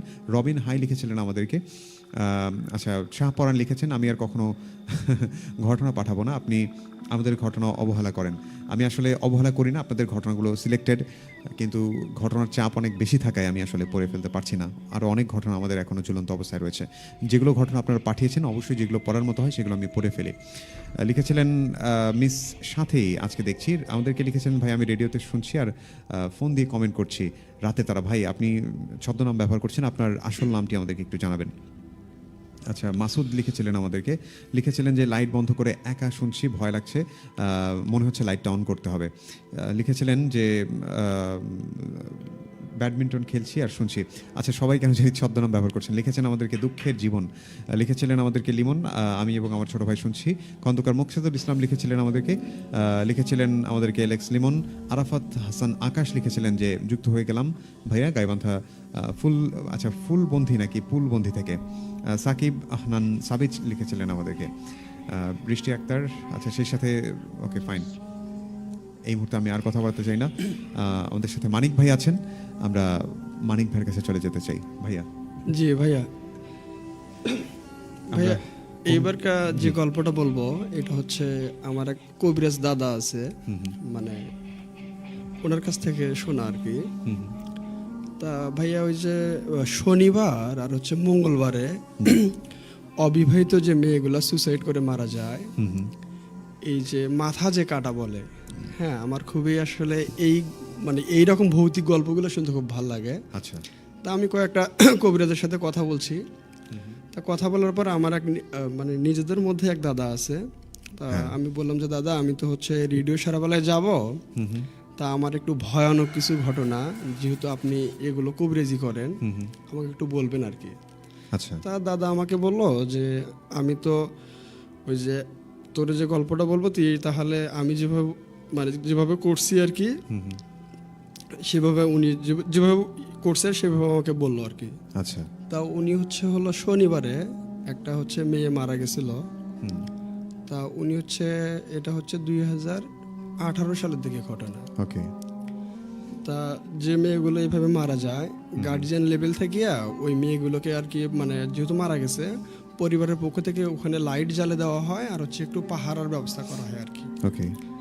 তা আমার এই দাদা আবার ওনার কাছে জিন থাকতো আর কি। আচ্ছা। তা দাদা এখন হলো যে দেখে যে রাত 12টা বাজে তারপরও লাইট মানে জ্বলতেছে, মানে মেয়ের বাবা বা মামারা জেগে আছে আর কি, যেন ওরা জানে যেহেতু শনিবারে মেয়েটা মারা গেছে, কবিরাজেরা আসতে পারে, তারা এই কাজগুলো করে। তা পাহারা দিচ্ছে। এখন দাদা এখন চিন্তা করতেছে যে এদেরকে এখান থেকে সরানো যায় কিভাবে। যে কোনো মাধ্যমে উনি জিনের মাধ্যমে রাত 2টা-2:30টার দিকে ওনাদেরকে ওখান থেকে সরাইছে আর কি। মানে ওনারা যাচ্ছে না, বাধ্য করে উনি কেমনে জানি সরাইছে আর কি, ওনাদের ওই সিস্টেমগুলো জানা আছে। পরে বললাম যে দাদা তারপরে কি করলেন, কয় সঙ্গে করে একজনকে নিয়ে গেছে। তো এখন ভাই মানে আমাদের রেডিও সারাবেলা শ্রোতা বন্ধুদেরকে বলবো যে কবিরাজ যারা আছে, যারা কুফুরি কাজ করে, ভুল করেও কোনো মেয়েকে নিয়ে কবিরাজের কাছে যাবেন না। কারণ কবিরাজরা এতই খারাপ, এদের আসলে এরা এমন কিছু করে যেগুলো আসলে লাইভে বলা সম্ভব না, তারপরে সিম্পল ভাবে যেগুলো বলা যায় বলতেছি আর কি। তা উনি যখন এই লাশ কাটার জন্য গেছে, তা উনি সঙ্গে করে একটা অবিবাহিত জিনকে নিয়ে গেছিল। আপনি হয়তো জানেন কি না, আচ্ছা, কবিরাজরা যে মাথাগুলো কাটতে যায়, যদি অবিবাহিত যেহেতু মেয়ের মাথায় কাটতে যায়, এনারা সঙ্গে করে জিনকে নিয়ে যায়। জিনকে নিয়ে গিয়ে ওই জিনটাকে ওই মেয়েটার বডিতে ঢুকায় আর কি। আচ্ছা। আমরা যে অনেক সময় গল্প শুনি যে লাশ কাটতে দেয় না, মাথা কাটতে দেয় না, তারপরে অনেক শব্দ করে, অনেক চিল্লাচিল্লি করে, অনেক ধরনের কথা বলে। আসলে লাশের তো কোনো ক্ষমতা নেই ভাইয়া, হয়তোবা আল্লাহ প্রদত্ত কিছু থাকতে পারে, অবশ্যই আল্লাহ প্রদত্ত কিছু আছে, কিন্তু যে যারা জানে আল্লাহ কবিরাজ, তারা ওই মেয়ের যখন মাথাটা কাটতে যায়, তারা সঙ্গে করিয়া ঠিক একটা অবিবাহিত জিনকে নিয়ে যায়। জিনকে নিয়ে গিয়ে ওই জিনটা ওই মেয়েটার শরীরে ঢুকতে চায় না, কিন্তু অনেক জাদু, অনেক মন্ত্র পড়িয়া, জোর জুলুম করিয়া ওই জিনটাকে ওর বডিতে ঢুকায়। মানে এটা ওই ওই ওই জিনটা সহজে ঢুকতে চায় না, কারণ জিনটা জানে আমি যদি এই মেয়েটার শরীরে যাই, এই কবিরাজ কি করবে ও ভালো করেই জানে, ভালো করেই বোঝে। আচ্ছা, ও যাতে চায় না, অনেক কিছু বলে কবিরাজকে, মানে ওখানে যে যায় ও মানে মানে এমন কিছু করে যেন কবিরাজ এই কাজটা না করে, যে তুই এরকম কিছু করিস না, হ্যাঁ তোকে ছাড়বো না, মানে এমন কিছু বলে যেন কবিরাজ ভয়তে মানে ওই বডিতে যেন ওকে না ঢুকায়। কিন্তু কবিরাজও তো নাসের বান্দা, কারণ ও তো অনেক কিছু জানে বিধায় ওকে ওখানে নিয়ে গেছে। তা পাশে যেজন আছে তাকে হয়তো বা বলি দেওয়া আছে, ওনারা যেভাবে বলে আর কি, যে ভয়ের কিছু নাই, যেহেতু এখানে আমি আছি। হ্যাঁ, ওনাদের আসলে ওনারা একজনকে সঙ্গে কেন নিয়ে যায়, কিছু কিছু কাজ আছে ভাই যে আসলে ওনারা চাইলেও করতে পারবে না। আচ্ছা, কিন্তু সঙ্গে যাকে নিয়ে যায় তাকে তাবিজ দেওয়া হয়। তাতে যেভাবে বললো যে আমরা যাকে নিয়ে যাই তার শরীরটা বন্ধ করে দেই, বন্ধ করে দেওয়ার পর আমরা যেটা বলবো ওটা যদি ও করে তাহলে আমাদের কোনো বিপদ হবে না। তার সঙ্গে যে গেছে তাকে সেইভাবে বলছে। তা যত কষ্ট করেই হোক ওই যে জিনটাকে ওই মেয়েটার বডিতে ঢুকেছে। আচ্ছা আচ্ছা। আর ভাই বলতেছি আপনার একটা ব্যাপার, যে যারা কবিরাজ আছে, যে কুফুরি দেখবেন, বড় বড় যে কুফুরি কাজগুলো আছে, দেখবেন যে আমরা এরকম অনেক সময় শুনি যে একটা মেয়ে একটা ছেলের জন্য একদম পাগল হয়ে গেছে। এইটা কেন হয়, যে কবিরাজরা চাইলে ওই মেয়েটার ভিতরে ওই জিনটাকে, ওই আত্মাটাকে ওখানে দিতে পারে। তখন যে কার্যকলাপগুলো করে ওই মেয়েটা করে না, স্বাভাবিকভাবে ওই জিনটা করে, কিন্তু ওই মেয়েটার মাধ্যমে সেটা রূপান্তরিত হয় আর কি। আচ্ছা। তা উনি কি করে, যে অনেক কষ্ট করে ওই মেয়েটার ভিতরে জিনটাকে ঢুকাইছে। আর যারাই লাশ কাটতে যাবে ভাইয়া 100% ওই জিনটাকে তারা ওখানে রেপ করে। আচ্ছা আচ্ছা। এটাই হচ্ছে কবিরাজদের কাজ। আর এই রেপটা যদি করতে পারে তাহলে ওই যে মেয়ে জিনটা অবিবাহিত, ওটা হচ্ছে স্বামী স্ত্রীর মতো তখন হয়ে গেল। ওই মেয়ে জিনটা কোনোদিন ওই কবিরাজকে ছাড়া আর কোথাও যাবে না। আচ্ছা আচ্ছা। এই কাজটা সম্পূর্ণ করার জন্যই কবিরাজগুলো ওই যে অবিবাহিত মেয়ে মারা গেলে লাশ কাটার জন্য জিনটাকে নিয়ে যায়। এটা জেনুইন ঘটনা ভাই, এটার প্রমাণও আছে। ওনারা এই জিনটাকে যদি ওইখানে ওই রেপটা করতে পারে তাহলে ওই জিনটা যদি ওর সঙ্গে থাকে, ওই কবিরাজ এমন কিছু করবে, এখনো করতেছে, যে অসম্ভবকে সম্ভব করতেছে। আচ্ছা।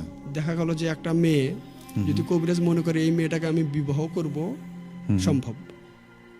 এরকম ঘটনা রানিং একটা আছে। আচ্ছা আচ্ছা। কালীর বাজারে, যে আমার আত্মীয়র মধ্যে হকাস মার্কেটে হচ্ছে ওনার হচ্ছে বাসা, ওনার হচ্ছে বোনকে নিয়ে গেছে যে কবিরাজের কাছে, কালীর বাজার ওনার হচ্ছে বাসা।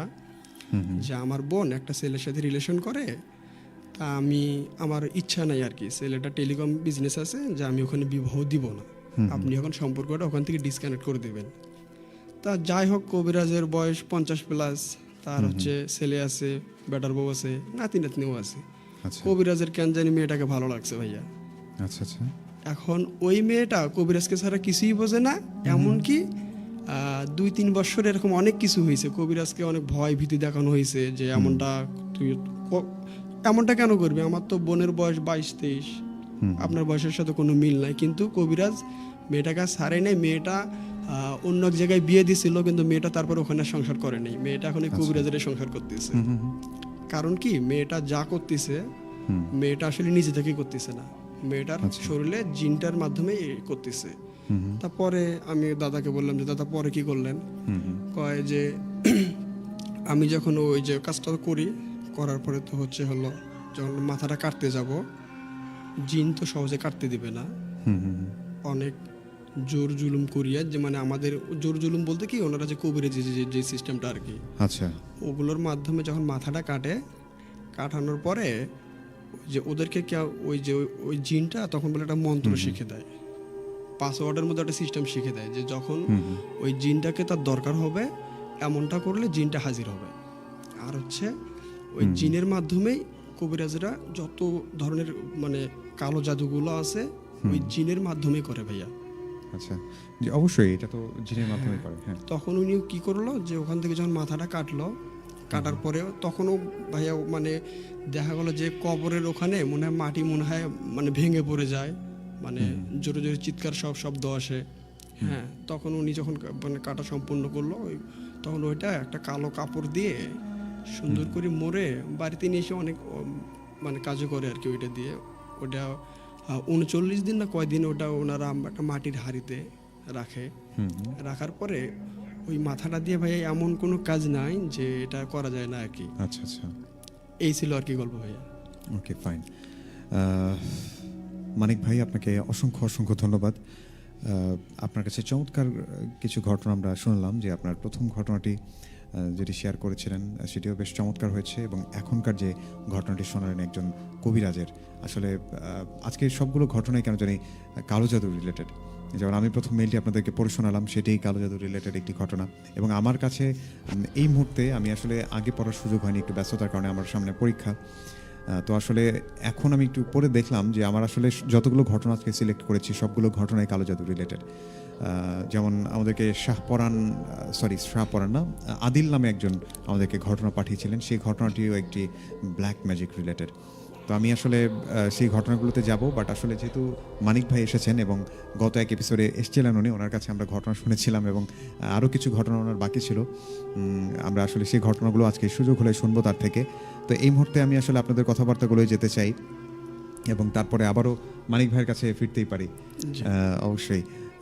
তো দেখতে পাচ্ছি আমাদেরকে লিখেছিলেন খন্দকার মাকসুদুল ইসলাম, লিখেছিলেন আমাদেরকে সীমান্ত থানাপাড়া থেকে দেখছেন, লিখেছিলেন আমাদেরকে আরাফাত হোসেন আকাশ, লিখেছেন যে আমরা পুলবন্ধি থেকে যুক্ত হয়েছেন, লিখেছিলেন আমাদেরকে রাতুল ভাই, আমি হাসিব, শাহপরান, আদিল, এবং আমরা বন্ধুরা নিয়মিত ভূতবেলা শুনি, জানিয়েছেন আমাদেরকে Rasib, thank you. Happy new year জানিয়েছেন আমাদেরকে আশরাফুল ইসলাম, আপনাকেও নতুন বছরের শুভেচ্ছা। লিখেছিলেন আমাদেরকে প্রথম ঘটনা ব্ল্যাক ম্যাজিক, আচ্ছা আচ্ছা, ওই ঘটনার কবিরাজের নাম্বার জানতে চেয়েছেন। আমার কাছে এই মুহূর্তে নেই ভাইয়া, আমি সরি, তবে তানভীর প্রধানের সাথে যোগাযোগ করে আমি আপনাকে এটা ব্যবস্থা করতে পারি। লিখেছিলেন আমাদেরকে মোহাম্মদ শামীম, কালো জাদু কোর্ট, আচ্ছা আচ্ছা, ওকে ফাইন। সুমাই ইসলাম লিখেছিলেন আমাদেরকে, আচ্ছা, লিখেছিলেন এমডি রায়হান ভাইয়া, একটু দেরিতে যুক্ত হলাম বল্লমঝাড় গাইবান্ধা থেকে, শুনছিলেন আমাদেরকে, আচ্ছা ভাইয়া রুমের লাইট অফ করে শুনছি, আচ্ছা ওকে ফাইন। দেখতে পাচ্ছি আমাদের সাথে ছিলেন শাহপরান, উনি লিখেছেন রাতুল ভাই, আচ্ছা উনি ওনার বন্ধুরা মিলে শুনছেন আমাদেরকে, উনি নিয়মিত ভূতবেলা শোনেন জানিয়েছেন। আমাদেরকে লিখেছেন যে মাহবুর রহমান মিরাজ, আচ্ছা বাবার আইডি থেকে শুনছি আমি মিরাজ, আপনার জন্য অনেক অনেক শুভকামনা। লিখেছিলেন আমাদেরকে এলেক্স লিমন, ঘটনাটা অনেক ভালো ছিল। সোহাগ সর্দার লিখেছেন ভাইয়া, বাইরে প্রচণ্ড কুয়াশা পড়ছে, ভেতরে আচ্ছা আচ্ছা আপনার সাথে যুক্ত আছি ভূতবেলা শোনার জন্য। সোহাগ সর্দার, আপনাকে অনেক অনেক ধন্যবাদ, আমাদের সাথে যুক্ত হয়েছেন। কোথা থেকে শুনছেন জানাবেন। দেখতে পাচ্ছি প্রথম দিকের কিছু কমেন্ট আমি আসলে এখানে মার্ক করে রেখেছি। দেখতে পাচ্ছি আমাদেরকে লিখেছিলেন সাদাফ আল মুহতাসিম সামি, লিখেছিলেন আমাদেরকে মোহাম্মদ ফিরোজ, আচ্ছা উনি অনেক ভয়ঙ্কর লিখেছিলেন। সম্রাট সাগর ভাইয়ের গল্পটা অনেক ভয়ঙ্কর ছিল, ধন্যবাদ জানাই আব্দুল আল মানিক ভাইকে গল্পটা বলার জন্য। আমাদেরকে হাসানুর আহমেদ লিখেছিলেন, অনেক অনেক ধন্যবাদ। অতিথির ঘটনাটা অনেক ভয়ানক ছিল। মাসুদ লিখেছিলেন যে আমার কাছে ঘটনা আছে। লিখেছিলেন আমাদেরকে মোহাম্মদ ইলিয়াস, আরও ছিলেন আমাদের সাথে খন্দকার মেহেদী হাসান মানু, উনি লিখেছেন যে ঘটনাগুলো অনেক সুন্দর হচ্ছে। দেখতে পাচ্ছি আমাদের সাথে তানিশা তানহা লিখেছেন যে অনেক দিন পর শুনছি, সুন্দর ছিল ঘটনাটা। জুনাইদ জিসান লিখেছেন যে আমি পুলিশ লাইন্স থেকে দেখছি। জিসান, অনেক অনেক শুভকামনা আপনার জন্য। সজীব মিয়া লিখেছিলেন আমাদেরকে রামচন্দ্রপুর থেকে, লিখেছিলেন খন্দকার মেহেদী হাসান মানু, লিখেছিলেন আমাদেরকে, আচ্ছা তানভীর ভাইয়ের মেইলগুলো আমার বরাবরই অনেক পছন্দ। লিখেছিলেন আমাদেরকে জয় সরকার, উনি বিপিএল দেখছিলেন এবং অথচ আচ্ছা ভূতবেলাও শুনছেন এর পাশাপাশি, কিন্তু উনি এখন পর্যন্ত আমাদেরকে আপডেট জানালেন না যে বিপিএলে কোন কোন টিমের খেলা হচ্ছে এবং বর্তমানে রানের অবস্থা কীরকম। এমনি শামীম লিখেছিলেন আমাদেরকে যে ভাইয়া আমি নতুন একজন বন্ধু যোগ হলাম, শামীম বলছি ঢাকা থেকে, অনেক অনেক শুভকামনা শামীম আপনার জন্য। শ্রী নীরব কুমার বর্মন লিখেছেন যে মেইলটা অনেক ভয়ানক ভাই, ধন্যবাদ। আচ্ছা লিখেছিলেন আমাদেরকে আরও অনেকেই, তো যাই হোক আমি আসলে আর কথা বলতে চাই না। সর্বশেষ দেখতে পাচ্ছি শাহ সুলতান শিহাব লিখেছিলেন আমাদেরকে, এবং সাথী লিখেছিলেন, উনি হাই লিখেছিলেন হ্যালো। তো আমরা মানিক ভাইয়ের কাছে ফিরতে চাই। মানিক ভাই, সর্বশেষ আপনি যখন এসেছিলেন ভূতবেলায়, আপনার একটা ঘটনা হয়তো বা শেয়ার করার মতো বাকি ছিল।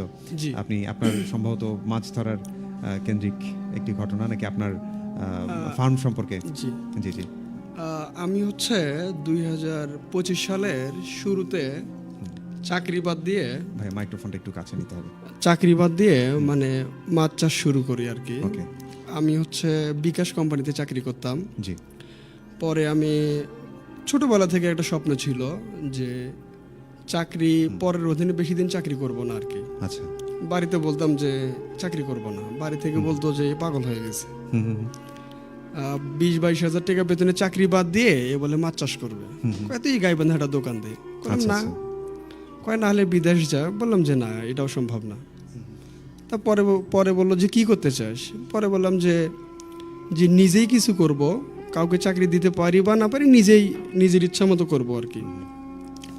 তারপরে বললো যে কি করবি তাহলে। পরে বললাম যে আমার অনেক স্বপ্ন যে আমি এইরকম একটা উদ্যোক্তা হয়ে নিজে কিছু করব, একজনকে হলেও চাকরি দেব। আচ্ছা। পরে বাড়িতে বললাম, মা রাজি হয় না, বাবা রাজি হয় না, ফ্যামিলির কেউ রাজি হয় না আর কি।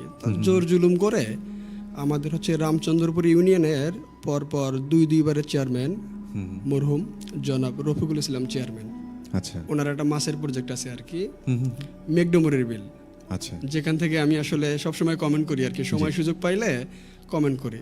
আচ্ছা। তা আমি যখন ওই বিলে যাই, সেটা হচ্ছে 2025 সালের শুরুর দিকে। আচ্ছা। এখন ওইটা তো হলো বিলের হচ্ছে ভাইয়া বাড়িটা, মানে আমার যে প্রজেক্টটা আশেপাশে ভাইয়া সামনেও বাড়ি নেই, পিছনেও নেই, মানে উত্তরেও নেই, দক্ষিণেও নেই, পূর্বেও নেই, পশ্চিমেও নেই, মানে কোনো দিকে বাড়ি নেই, একটু দূরে, মানে বিলের মাঝখানে থাকা হয় আর কি। তা শুরুর দিকে যখন আমি মাছ চাষ শুরু করি, একদিন আমার অনেক বন্ধুকে বলি যে দোস্ত তুই আমার সাথে বৃহস্পতিবার করে থাকবি। ও বৃহস্পতিবারে থাকে। একদিন আমার দুলাভাইকে নিয়ে থাকি শুক্রবারে, মানে এইভাবে এক এক দিন এক একজনকে নিয়ে আমার থাকা হয় আর কি ওই বিলে। বাড়ি থেকে আমাকে থাকতে দেয় না একা একাই, কারণ আমার ওই প্রজেক্টটা আমার বাড়ি থেকে 5 থেকে 6 কিলোমিটার দূর হবে আর কি। তা আমি এরকম থাকি, তা দেখা গেল কি এক এক দিন এক একজনকে নিয়ে যেহেতু থাকা হয়, তাই দেখা গেল কি আজকে হয়তো বা আমার দুলাভাইকে নিয়ে থাকার কথা, ওনার হয়তো বা পারিবারিক সমস্যার কারণে উনি থাকতে পারতেছে না। আচ্ছা। তা এইরকম এখন রাতের বেলা বিলের মাঝখানে, এখন আজকে আবার কাকে ধরে হুট করি এমন টাইমে বলে যে আজকে আমি থাকতে পারবো না, ওই সময় আর কি লোক ম্যানেজ করতে পারি না। তা ছোটবেলা থেকে একটু ফুটবল ক্রিকেট দেখতাম, সাহসও একটু আছে। তা মনে করছি দূর কি হবে, আজকে একাই থাকবো, বাড়িতে কিছু বলবো না। বাড়ি থেকে ফোন দেয়, কে আছে আজকে, বললাম যে দুলাভাই আছে। মাঝে মাঝে আবার চেক করতো আর কি, বড় ভাই ফোন দিত, দিদিকে তো দুলাভাইকে মাঝে মাঝে দিতাম। আর দিতে ওনারাও ভাবতো যে না কাউকে নিয়ে থাকে, যেহেতু বিলের মাঝখানে। তা এরকম থাকি। তা বিলে কি হয়, যেহেতু দিনের বেলায় মাছ চুরি হওয়ার সম্ভাবনা খুবই কম, রাতের বেলায় বেশি হয় আর কি, যেহেতু বিলে আর আশেপাশে সবাই মাছ ধরে ভাই। মেঘডুমুরের বিলে আপনার হচ্ছে শুধু হচ্ছে আপনার হচ্ছে ইরি ধান হয়, আমন ধান হয় না। আচ্ছা।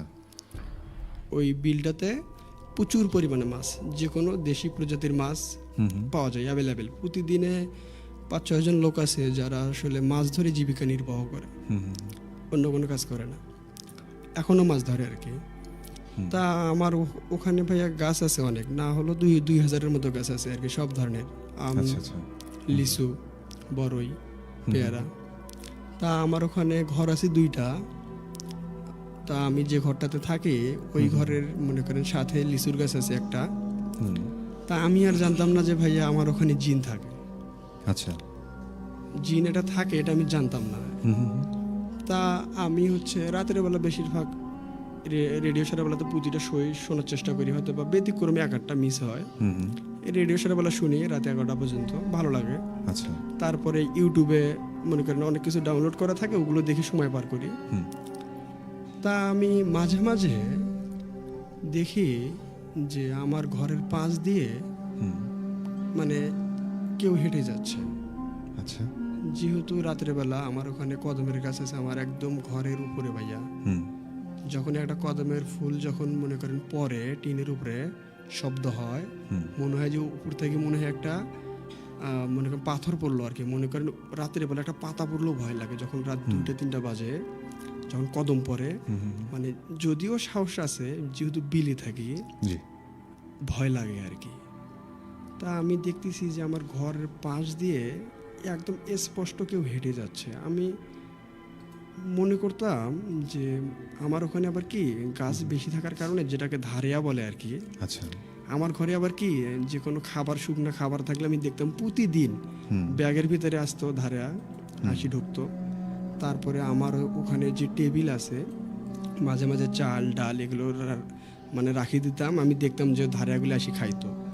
আমি মাঝে মাঝে একটা বলতাম যে না এগুলো ধারে মনে হয়, এনারা আসি যেহেতু খায়, আমি যেহেতু দেখি ভালো লাগে। ওনারা যখন রাতের বেলা আসে 9টা 10টার দিকে, যখন খায় একটু যখন লাইটটা জ্বালাই আবার চলে যায়। আচ্ছা। তা আমি মনে করছি ধারে মনে হয়।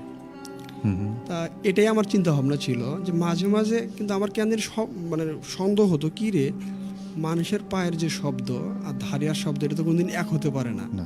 হুম হুম। কিন্তু তারপরও আমার কেন জানি মানে ভৌতিক ব্যাপারটা যদিও গল্পগুলো শুনতে ভাল লাগে, কিন্তু এটা নিয়ে কিন্তু অনেক কথাও আছে। অনেকে এটা আজ অবধি পর্যন্ত বিশ্বাসই করে না যে ভূত বলতে কিছু আছে। রাইট। আসলে ভূত বলতে কিছু নাই, ঠিক আছে, কিন্তু জিন আর মানুষ, আল্লাহ তাআলা তো দুইজনকে সৃষ্টি করছে, জিনকে আর মানুষকে। জি। তা মানুষ সমাজে যেহেতু ভালো মানুষ আছে, জিন সমাজেও ভালো মানুষ আছে। এখন হচ্ছে হলো আমার ভিতরে যে আমি জানি যে জিন আছে, যারা খারাপ, তারা মানুষের ক্ষতি করে। আমি যেহেতু এখানে আমার একটা বিশ্বাস ছিল যে আমার কিছু করবে না, আমি আসছি থেকে যেহেতু 1 বছর পার হয়ে গেল, তা ও হচ্ছে মাঝে মাঝে যাওয়া আসা করে। তা আমি রাতের বেলা আবার উঠি এমনিতে সালাম টালাম অনেক সময় দিই। আচ্ছা আচ্ছা। যদি ভালো জিন হয় সে আমাকে সেভ দিবে। আমি এটা নিয়ে 2-4 জনের সাথে কথাও বলি আর কি।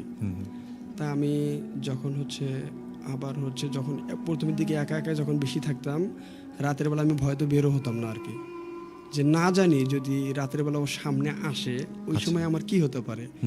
জানালা বন্ধ করে দেই, দরজা মানে লাগে দিয়ে তালাও আর কি দেই। কিন্তু আমি একটা জিনিস লক্ষ্য করছি যে ওই জিন আশেপাশে মনে করেন হয়তো বা অন্যদিকে আমারে বাজারে যখন আমি যাইতাম, ওখানে যে কুমিতপুর ডিপ বাজার আছে, আমারে বলতো যে মানিক তুমি কি কখনো তোমার প্রজেক্টে যে আলোর মতো বের হয়ে যায় তুমি কি কখনো দেখো? আচ্ছা আচ্ছা। আমি বললাম কেন? কয় তোমার ওখানে যে পাশে 2টা বিল আছে, তোমার ওইদিকে 2-3টা আলো যায়, আর হচ্ছে তোমার হচ্ছে দক্ষিণ পাশে যে একটা ওখানে একটা ডিগি আছে, ডঙ্কারের ডিগি বলে যেটা আর কি, ওখানে একটা লোককে ডঙ্কার নামে ডাকে আর কি। তা আমাকে বলে ওই দিকে যায়। আমি বললাম বলে আপনি কি দেখছেন? তা আমাকে হ্যাঁ আমরা এটা দেখছি। তা আমি বললাম আপনি আমাকে ভয় দেখাতে চান না? আপনি মেকডোমারের বিলে, আমি তো 24 ঘন্টায় থাকি, হয়তো বা মাঝে সাঝে যে কোনো দিন 1-2 ঘন্টার জন্য হয়তো বা বিশেষ কোনো কাজে বাইরে আসি, তাছাড়া তো আমি সব সময় থাকা খাওয়া এখানেই। আপনাকে আমি বললাম রাত্রেবেলা আপনি যে কোনো টাইম আসতে পারেন, জিনের ভয় আমাকে দেখেন না, দেখে কোনো লাভ হবে না। তা আমাকে বলে যে ঠিক আছে আমরা যাবো। আমি বললাম হ্যাঁ আসিয়েন।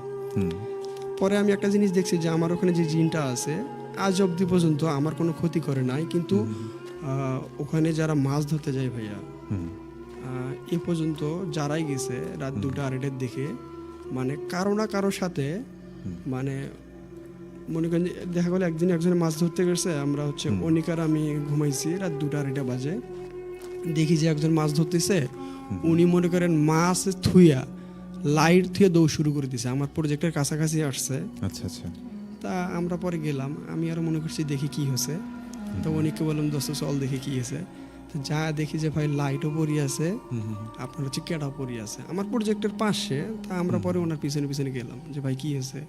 কয় ভাই বলিয়েন না, এই মাছটাকে আমি অনেকক্ষণ থেকে মারতেছি কিন্তু মাছটা আটকে দিছে না, হ্যাঁ, কিন্তু আস্তে আস্তে আমাকে নিচে যখন নিয়ে যাচ্ছে, কয় ভাই তখন আমার এক কেন জানি মনে হয়েছে যে আমার মানে পা টানি ধরতেছে আর কি। আচ্ছা। তা আমি বললাম বলে আপনি সত্যি করে একটা কথা বলবেন যে আসলে আপনি আমার প্রজেক্টের দিকে মাছ মারার চেষ্টা করতেছেন না তো? কারণ মাছ মারার গল্প অনেকেই শুনছি যে অনেককে সিগন্যাল দেয় দিয়ে তাকে বলে যদি বেটা তুই বেঁচে গেলি, হয়তো বা পুকুরের দিকে নিয়ে যায়, যখন হচ্ছে গলা পর্যন্ত পানি যায় বা কোমর পর্যন্ত যায়। কিন্তু আপনি তো হচ্ছে যে জমিটাতে মাছ মারতেছেন এখানে তো 1 কোমর পানিও না, কি ঘটনা? কয় ভাই ঠিক আছে, আমরা আসলে জানতাম যে এই চেয়ারম্যানের প্রজেক্টটা নিচে হচ্ছে হলো মানিক, তার বাসা হচ্ছে জগতের গোপালপুরে। আমরা জানি যে একা একাই হয়তো বা থাকে, সে হয়তো বা এখানে হচ্ছে হলো রাতের বেলা তো জেগে থাকার কথা না। ভাই ঠিক আছে, আমরা এর আগে একদিন মাছ মারছি, আপনার এখানে আসছিলাম। আমি বললাম শোনেন, আপনি যদি ভালো কাজ করেন দেখবেন যে আপনার সাথে রং কিছু হবে না, যদি আপনি খারাপ কাজ করেন, যে যদি ভালো জিনিসে হয় অবশ্যই সে আপনাকে ক্ষতি করার চেষ্টা করবে। এটা হলো একদিনের ইস্যু গেল। কিন্তু হলো আমারও যে ওই যে আরেকটা ঘর আছে ভাই, ওই ঘরে আমার হাঁস ছিল আর কি। ওকে। আমি যে ঘরে থাকি সেই ঘর ছাড়াও একটা ঘর আছে হাঁস। তা একদিন আমার ওই ঘরেতেও মনে করেন হচ্ছে হলো হাঁস চুরি করার জন্য আসছিল। তা এই জিন মনে করেন ওখানেও আর কি ওই যে আমার হচ্ছে হলো পূবের দিক দিয়ে একটা রাস্তা আছে, ওই ওই ওই রাস্তা দিয়ে আমার প্রজেক্টে ঢোকা যায়। তা ওখান দিয়েও আসছিল রাতের বেলা মনে করেন হচ্ছে হলো হয়তো 5-6টা ছেলে আসছিল। আচ্ছা। তা সেম ঘটনাটা যে মাছ মারতে আসছিল তার সাথে হয়েছিল আর কি। এই দুটা ঘটনা ছিল। এখন হচ্ছে জিন যে আছে এটা আসলে মানে হয়তো অবিশ্বাসযোগ্য মনে হতে পারে যে কোনো শ্রোতা বন্ধুর কাছে, কিন্তু এটা প্রুফ করার জন্য এক ভাই গেছিল আর কি। ওকে। উনি আমাকে বলছে যে তোমার এখানে 100% জিন আছে। আপনি হয়তো বা জানেন কি না, জিনরা যে যে জায়গাগুলো থাকে এখন একটা অ্যাপ বার হয়েছে যে আপনি ওই জায়গায় গিয়ে মানে জিন জাতীয় যদি কিছু থাকে এটা আর কি মানে বোঝা যায়, সিগন্যাল দেয় আর কি। এটা আপনি জানেন কি? আমি এসব বিভিন্ন ধরনের অ্যাপের কথা জানতাম, কিন্তু আসলে এগুলো মানে কতটুকু সত্য বা কতটুকু কাজ করে এটার আসলে বৈজ্ঞানিকভাবে তো আসলে এই বিষয়গুলো বিশ্বাসই করে না, কিন্তু মানে আমার কাছে এখন পর্যন্ত আসলে এটা বিশ্বাসযোগ্য মনে হয় না। কারণ এটা তো আসলে সৃষ্টিগত একটা বিষয়, যেমন আমাদের আল্লাহই বলেছেন যে এগুলো আসলে মানুষ কখনো নিজ চোখ দিয়ে জিনকে দেখতে পারবে না, কিন্তু জিন মানুষকে দেখতে পায়, বা তবে মানুষ শুধু উপস্থিতিটা টের পেতে পারে। কিন্তু ও হচ্ছে মানুষের রূপ ধারণ করতে পারে, অন্যান্য রূপগুলো ধারণ করতে পারে। কিন্তু আমি আমার যে জিনটাকে নিয়ে যে ঘটনাটা, ও যে যায় এখনো যায়। এমনকি আমার প্রজেক্টে কিছুদিন আগে আবাবিল ভাই আসছিল, উনি আমার ওখানে ছিল, উনি আমার সাথেই ছিল আর কি। সেই দিন আবাবিল ভাইও জিনিসটা ফিল করছে। আমি এটা আজও আমার মধ্যে স্কিউ ছিল, কিন্তু যখন দেখি যে আসলে হেঁটে যায় আবার হচ্ছে যে কেউ আসলে ভাইয়া এটা আসলে মানে আমি বুঝতেছি না যে আসলে এই জিনটার ঘটনাটা কি। মানে এ পর্যন্ত দুইজনের সাথে যে রং হয়েছে এটা সত্যি, আর হচ্ছে জিন যে এটা আছে এটা আবাবিল ভাইও শিওর হয়েছে। আমাদের আরো একজন সিনিয়র পার্সন ভাই মোবাইল নিয়ে গেছিল, গিয়ে বলছে যে মানিক 100% তোমার এখানে জিন আছে, খুব সাবধানে থাকিও, আর হচ্ছে একা একাই আর থাকো না। আমি বললাম ভাই শোনেন, বিশ্বাস করবেন কিনা জানি না, আমি একা একাই এই জায়গায় শুরুতে কম করে হলে 20 থেকে 25 দিন ছিলাম, এখন তো 2-3 জনে মিলে থাকা হয়। আচ্ছা। আমার একটা আত্মবিশ্বাস হয়েছে, যেহেতু আপনারা বলছেন জিন আছে, আমি আরো 2-3 জনকে নিয়ে গেছিলাম প্রুফ করার জন্য। তা আমার খালি একটা কথা বলছে যে ও যে জায়গাটায় যে পাশ দিয়ে যাওয়া আসা করে ওখানে নাপাক জাতীয় কোনো কিছু যেন না যায়, আর হচ্ছে হলো ও যেহেতু থাকে ওর সাথে যেহেতু কিছু করা হয় নাই, ওকে ওখান থেকে তাড়ানোর জন্য কিছু যেন করা না হয়। যেহেতু ও তোমার 1 বছর পার হয়ে গেল, ক্ষতি করে নাই, আশা করা যায় ক্ষতি করবে না ভাইয়া। এই ছিল আসলে আমার সাথে হয়তো ওই যে পায়ে হেঁটে যাওয়া এটুকু আমি দেখছি, তাছাড়া আমি আমার জীবনে কিছু দেখিনি আর কি। যেমন দেখা যায় যে জিন যদি আসলে আমাদের আশেপাশে থাকে তখন দেখা যায় যে বেশ কিছু ঘটনার সাথে তো আসলে ঘটনা শোনা হয়েছে। যেমন দেখা যায় যদি হুট করে রাস্তা দিয়ে একা আসছেন, একটা গরম বাতাস আপনার শরীরে লাগলো, আবার হচ্ছে কখনো ঠান্ডা বাতাস লাগে, তো এগুলো আসলে কখনো সামনাসামনি কিন্তু আসে না। যদি আসেও তো সেক্ষেত্রে সেটা এক্সট্রিম পর্যায়ে, যেমন দেখা যায় যে মারাত্মক রকমের যখন মানে মানুষকে ভয় পাওয়াতে চায় তখন কোনো কিছুর একটা রূপ ধরে আসে। আসলে আমি বৈজ্ঞানিকভাবে আসলেই কোনো ভিত্তি নেই, কিন্তু তারপরও আসলে যে কারণগুলো, যেমন আপনি যে বললেন যে আপনি যে ঘরটিতে ছিলেন, মানে ওই যে আপনার বিলের যে আপনার মাছের প্রজেক্টের যে রুমটাতে, ওই সময়টাতে আসলে কেউ ছিল না এবং কেউ থাকারও কথা নয় অত রাত্রেবেলা। আর যারা মাছ ধরে তারা তো আপনার হচ্ছে মানে খামারের মধ্যে এসে মাছ ধরে না, তো আসলে ওই সময়টাতে কোনো মানুষ স্বাভাবিকভাবে থাকার কথাই নয়। আর হচ্ছে মাছ যদি তারা ধরে, আমি যে জায়গাটায় থাকি, ওরা যদি মাছ ধরে, মাছ ধরার মতো জায়গা ওখানে অনেক আছে, ওরা কখনোই ঘরের সাথে আসবে না। কি জন্য? জানে যে মানিক এখানে কন্টিনিউ থাকে। আর হচ্ছে আমার ঘরের সাথে একদম ঘরের সাথে 3-4টা গাছ আছে। আমি বেশিরভাগই রাত 2টা 2:30, মানে আমি কিন্তু মানে রাত 2টা 1টা 3টা 4টা, কাল যেমন গতকাল আমার মৎস্য খামারে একটা 31শে ডিসেম্বর একটা পিকনিক হওয়ার কথা ছিল। আচ্ছা। 31শে ডিসেম্বর সেই পিকনিকটা আমরা করছি রাত 2টার পরে খাওয়া দাওয়া হয়েছে ভাইয়া। আর আমার ওখানে প্রতি সপ্তাহে একটা পিকনিক হয়, আর হচ্ছে মাসে একটা। প্রতি সপ্তাহে যেটা হয় এটা একটু নর্মাল হয়। আর হচ্ছে যেহেতু আমি ওখানে একা একাই থাকি, একটা বিনোদনের জন্য মানে সব ধরনের ছেলেপেলেদেরকে নিয়ে একটা আড্ডা, আচ্ছা আচ্ছা এরকম একটা ব্যবস্থা করি। জি আর হচ্ছে আমি ওখানে যেমন শামু ভাই আছে আমার ওখানে, এখনো শামু ভাই হয়তো বা লাইভ দেখতেছে, অনিক আছে ওখানে। আমার ওখানে সব সময়ের জন্য 2 একজন 3 লোক থাকেই আর কি।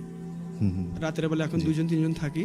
আচ্ছা আচ্ছা আর হচ্ছে যে যে বিষয়টা বলবো আর কি, সেটা হলো ওখানে যে হলো মাছ ধরে, এই যে শামু ভাই মানে এখন ক্যাটা দিয়ে লাইট দিয়ে মাছ ধরতেছে আর কি শামু ভাই। আচ্ছা এখন হলো ওই জিনের যে ব্যাপারটা, একদম মনে করেন হচ্ছে রাত 2টা-2:30-এর দিকে অবিকল একদম মানুষের পা যেমন হেঁটে যায়, আমি ঘর থেকে গেলে এটা অনুভব করতে পারি আর কি। এটা কি প্রতিনিয়তই তো হয়? প্রতিনিয়ত না, মাঝে মাঝে মাঝে মধ্যে। মাঝে মাঝে যদি মানে বিশেষ করে একা একা থাকলে যখন একা থাকেন। থাকলে এটা আমি বেশি দেখি। আচ্ছা আচ্ছা, কিন্তু আজ পর্যন্ত আপনার Face to face। কোনো ক্ষতি করেনি? না না, এরকম আচ্ছা। কিছু করেনি। Okay fine. তো যাই হোক মানিক ভাই, অনেক ভালো লাগলো আপনি আমাদের ভূতলে এসেছেন এবং চমৎকার কিছু ঘটনা আমাদের সাথে শেয়ার করলেন। বিশেষ করে এই ঘটনাটিও আমার কাছে খুবই রোমাঞ্চকর মনে হলো, কারণ এই জায়গাটিতে আপনি একা বসবাস করেন। তো আসলে খুব সাবধানে থাকবেন, আপনার জন্য অনেক অনেক শুভকামনা। তো যাই হোক, আমি এই মুহূর্তে কোনো কমেন্টে যাচ্ছি না, শাহাদুলকে আমন্ত্রণ জানাতে চাই। শাহাদুলের কাছে কিছু ঘটনা আমরা শুনবো এবং অনেকদিন পর শাহাদুলকে আমরা পাচ্ছি ভূতবেলায়, যেহেতু আজকে বছরের প্রথম অনুষ্ঠান, তাই শাহাদুলও আমাদের সাথে এসছে প্রস্তুত হয়ে। তো দেখতে পাচ্ছি আমাদের সাথে একজন অ্যাপটার নাম জানতে চেয়েছেন। আমি আজও মানে এখন পর্যন্ত অ্যাপটার নাম জানি না, তবে আসলে যদি জেনে থাকি অবশ্যই আপনাদেরকে জানাবো। লিখেছিলেন একজন যে ভাইয়া তানভীর প্রধান ভাইয়ের একটা পুরনো একটা ঘটনার কথা উনি বলেছেন যে সেই ঘটনাটি আবারও শুনতে চান। অবশ্যই আমি ঘটনাটির টাইটেল বলছি না, তবে কোনো একদিন আপনাদেরকে আবারও পড়ে শোনাবো। লিখেছিলেন আমাদেরকে ঋতু সরকার, লিখেছেন কেমন আছেন। লিখেছিলেন আমাদেরকে আচ্ছা নয়ন সরকার ভাই যে আজ রাতে প্রোগ্রাম, আচ্ছা আচ্ছা ওকে ফাইন। যাই হোক অনেক অনেক ধন্যবাদ। লিখেছিলেন আমাদেরকে আজমিন ইসলাম, উনি লিখেছিলেন যে আচ্ছা অনেক ভালো হচ্ছে অনুষ্ঠান, আচ্ছা আচ্ছা ধন্যবাদ। লিখেছিলেন আমাদেরকে শিশির যে কেমন আছেন ভাইয়া। রিফাত সর্দার লিখেছেন ভাইয়া আচ্ছা আচ্ছা ওনার সাথে আচ্ছা ভালো ঘটনা শুনতে চেয়েছেন উনি। আমাদের সাথে ছিলেন সাকিব আহনান সাবিত, সেই সাথে আরও অনেকেই যুক্ত হচ্ছেন। আপনারা লিখতেই থাকুন আপনাদের কথা। আমি এই মুহূর্তে চলে যেতে চাই শাহাদুলের কাছে। শাহাদুল, হ্যাপি নিউ ইয়ার। হ্যাপি নিউ ইয়ার ভাইয়া তোমাকেও। আচ্ছা আচ্ছা, তো যাই হোক নতুন বছরে ঠান্ডা দিয়েই শুরু। তো যাই হোক বুঝতে পারছি যে শাহাদুলের একটু ঠান্ডা লেগেছে। তো শাহাদুল, আমরা খুব বেশি কথা বাড়ি না যেহেতু সময় খুব কম, হ্যাঁ, আমরা অবশ্যই। কোন ঘটনা শুনবো তোমার থেকে? ভাইয়া আমি যে আজ ঘটনাটি বলবো সেটা হচ্ছে আমার বাড়ির পাশে যে শ্মশানটি আছে সেই শ্মশানের যে সাধু ছিলেন আর কি, আচ্ছা তারই একটি ঘটনা আমি আপনাদেরকে শ্রোতা যারা আছে তাদের উদ্দেশ্যে বলবো আর কি। ওকে ফাইন, আমরা শুনবো। আমাদের যে শ্মশানটি রয়েছে সেই শ্মশানের সাধু আজ থেকে 2-3 বছর 4 বছর আগে মারা গেছে। তা তিনি যখন বেঁচে ছিলেন সেই সময়কালীন একটা ঘটনা এটি। জি তখন ওখানকার উনি যখন ছিলেন তখন আশেপাশে কোনো বাড়ি ঘর দুয়ার বা লোকজন খুবই কম চলাফেরা করতো। আশেপাশে শুধু ওই শ্মশানটাই ছিল, আর ওনাদের যে একটা থাকার জন্য যে একটা ভবন, আর পাশে একটা ছোট্ট করে একটা মন্দির দেওয়া হয়েছিল যেন ওনাদের যে ছোট কালী পুজো হয় সে কালী পূজা উৎসব করার জন্য। তা আচ্ছা আচ্ছা ওই সময় ওনার তো আশেপাশে তেমন কোনো বাড়ি ঘর দুয়ার ছিল না। পরে আর ওই জায়গাটা একটা নদী আছে যে বর্ষার সময় মানুষ মাছ মারতে যায়। তা ওই জায়গাটা খুবই শিয়ালের উপদ্রব সব সময় বেশি থাকে। এখন হয়তো সময়ের পরিবর্তনে শিয়াল ওই জায়গাটা হয়তো তেমন একটা বেশি দেখা যায় না আর কি। যে পরে ওনার সাথে ওনার ছেলের সাথে একটি ঘটনা ঘটেছে, ওই সাধুর ছেলের সাথে একটি ঘটনা ঘটেছে যে কিনা ওনারও মাছ মারার নেশা ছিল আর কি। তা ওনার ছেলের সাথে আমার এক এলাকার সম্পর্কে বড় ভাই হয়, তা ওনারা 2জন মাছ মারতে গেছে আর কি। তা মাছ মারতে গিয়ে ওনারা দেখতেছে যে আমার ওই এলাকার যে বড় ভাই হচ্ছে যে দেখতেছি বটগাছের উপর দিয়ে একটি আগুন যাচ্ছে, বড় একটা আগুনের দলা যাচ্ছে আর কি। তা এটা দেখে ও বলতেছে শ্মশানের ওই সাধুর ছেলেকে বলতেছে যে দেখ দেখ বন্ধু ওই যে কি যেন যাচ্ছে ওটা উড়ে উড়ে। তা ও বলতেছে ওইদিকে তাকাস না, তুই আমার সাথে থাক, তোর কিচ্ছু হবে না, আর ভয় করবি না, আর পেছনের দিকে তাকাবি না। আচ্ছা। এখন ও বারবার ওটার দিকে তাকানোর চেষ্টা করতেছে, আর ওই ছেলেটা ওকে বারবার নিষেধ করতেছে যে তোকে না বলছি ওইদিকে তাকাবি না, তুই তারপরে ওইদিকে তাকাস কেন? ওইদিকে তুই যত তাকাবি তত তোর সমস্যা হবে, ভয় লাগবে মনের ভিতর। সো তুই যতক্ষণ আমার সাথে আছিস সামনের দিকে তাকা, মাছ মারে যেতে হবে তাড়াতাড়ি করে বাড়িতে। তাই তো একটা জিনিস দেখে ফেলেছে, আর মনের ভিতর শুধু ওটাই ঘুরপাক খাচ্ছে মাথার ভিতর যে কি হবে কি হবে। হুট করে যদি ওটা যদি আমাদের সামনে পড়ে বা আমার উপরে পড়ে, আমি তো পুরো ঝলসে যাব, আমি তো মরে যাব, এটা ওর ভিতর কাজ করতেছিল। তো ওখানে ওই জিনিসটা ওরা আধা ঘন্টা মাছ মারার পর যখন ও অনেকগুলো মাছ পাইছে ভাই দুইজনে, তো দুইজনের ভান্ডারটাই অনেক আলাদা আলাদা। আচ্ছা। দুইজনেরটা আলাদা, দুটো পাতিল। তাই এই যখন মাছ মারে নিয়ে আসে তখন ওটার সময় একটা মাছ ধরে নিয়ে আসে, বড় একটা মাছ। সে মাছটি উঁচায় এসে বাসায় নিয়ে যাচ্ছে, তা যাওয়ার সময় ওই আগুনের গোলাটাও আবার দেখতে পাচ্ছে। তো ও এবার চিৎকার দিয়ে উঠে সাতকার যে ছেলেটা রয়েছে তাকে জড়িয়ে ধরছে, আর ওর সাতকার ছেলেটা বলছে তোকে না বলছি যে এভাবে তুই করবি না, চিলেচিলি করবি না, যে ঝামেলা করবি, তোকে বলছিস যে ভয় করবি না, আর তুই আগুনের গলা দেখছিস না দেখিস, আমি তো তোর সাথে আছি, আমি থাকলে তোর কোনো ভয় থাকবে না বা ভয় করবি না, তোর কিছু হবে না, আমি তোকে রক্ষা করব।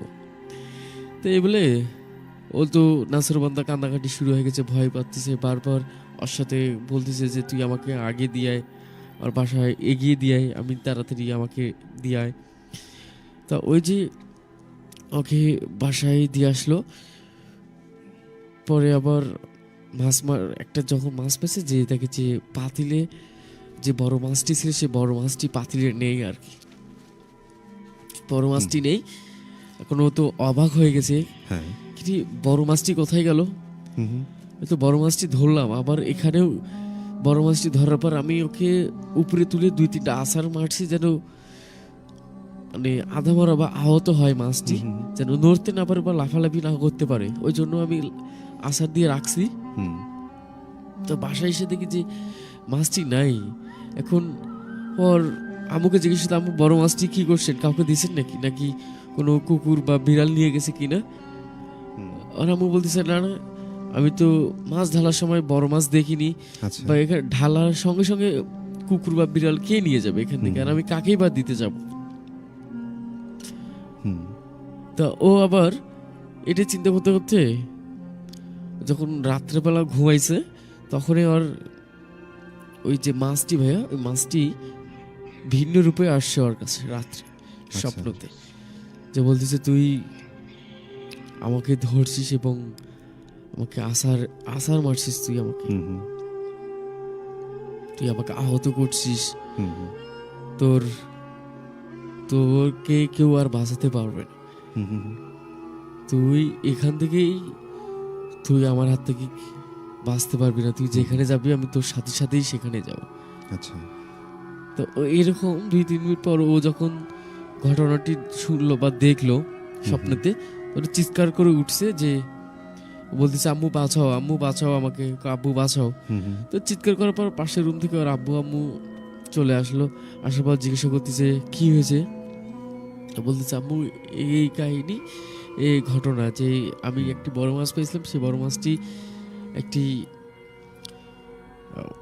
কোনো অভয়ব ছিল, যে মাছটি আমি ধরে তাকে আহত করছি বা আছাড় মারছি, এরকম একটা বিষয়। তো সেই স্বপ্নেতে এসে আমাকে বলতেছে তো আমার হাত থেকে তোকে কেউ বাঁচাতে পারবে না, তুই আমার হাতেই মরবি।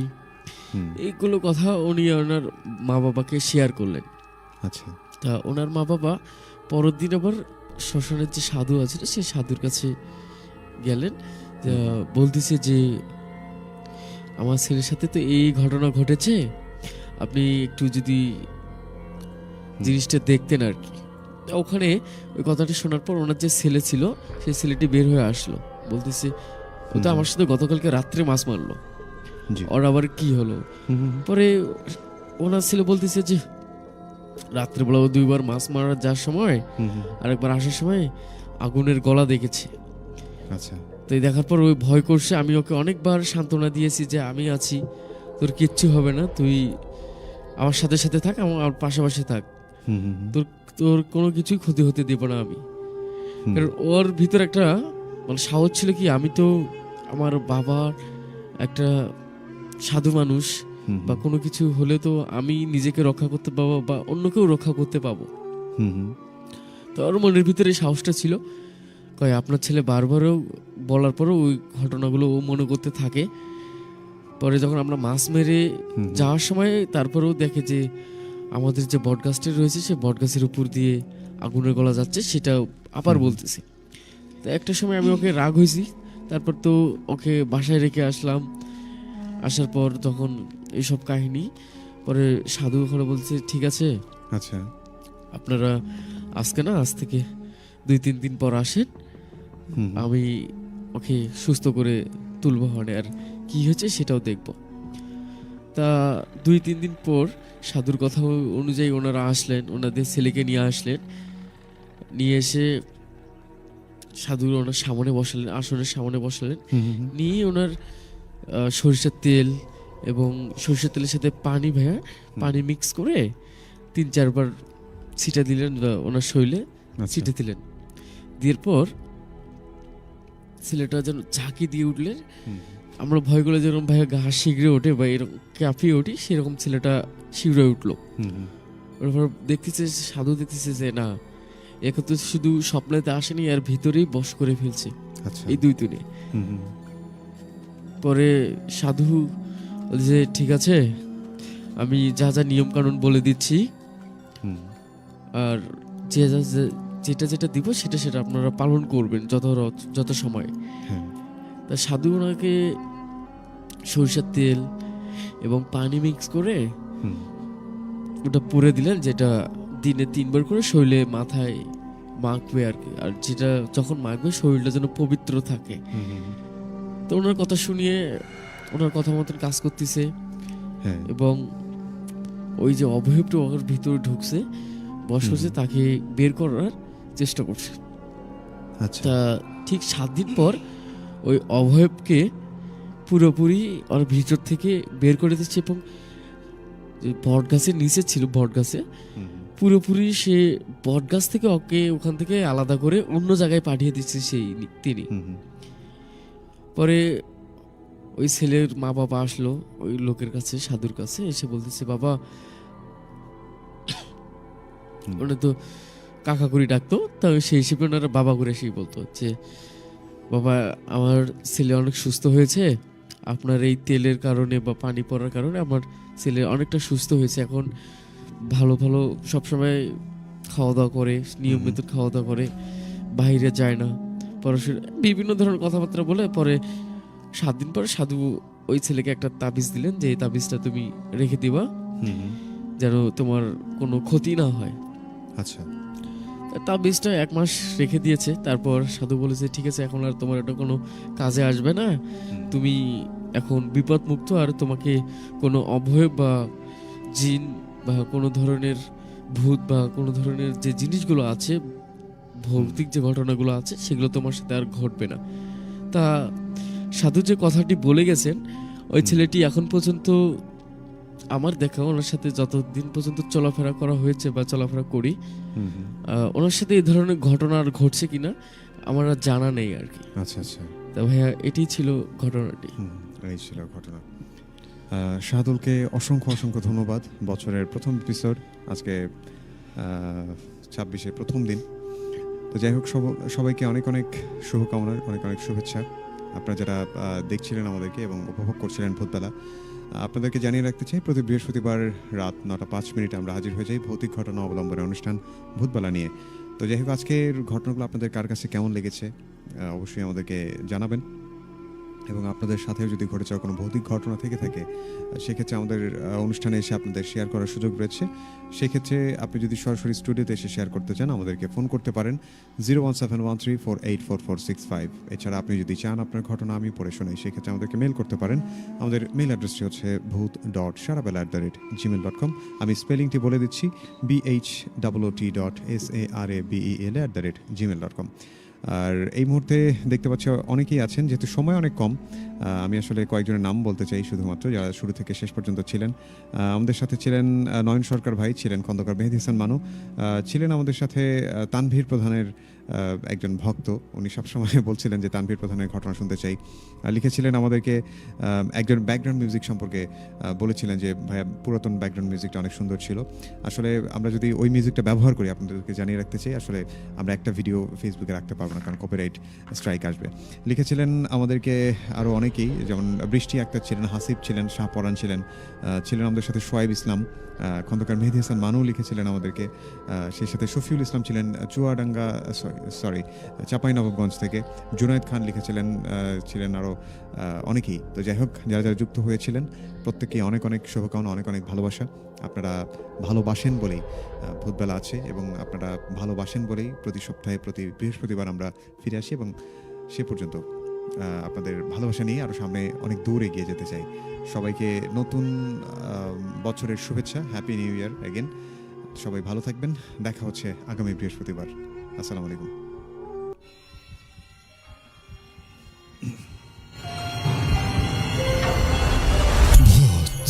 Bella with Ratul. ভয়ের শুরু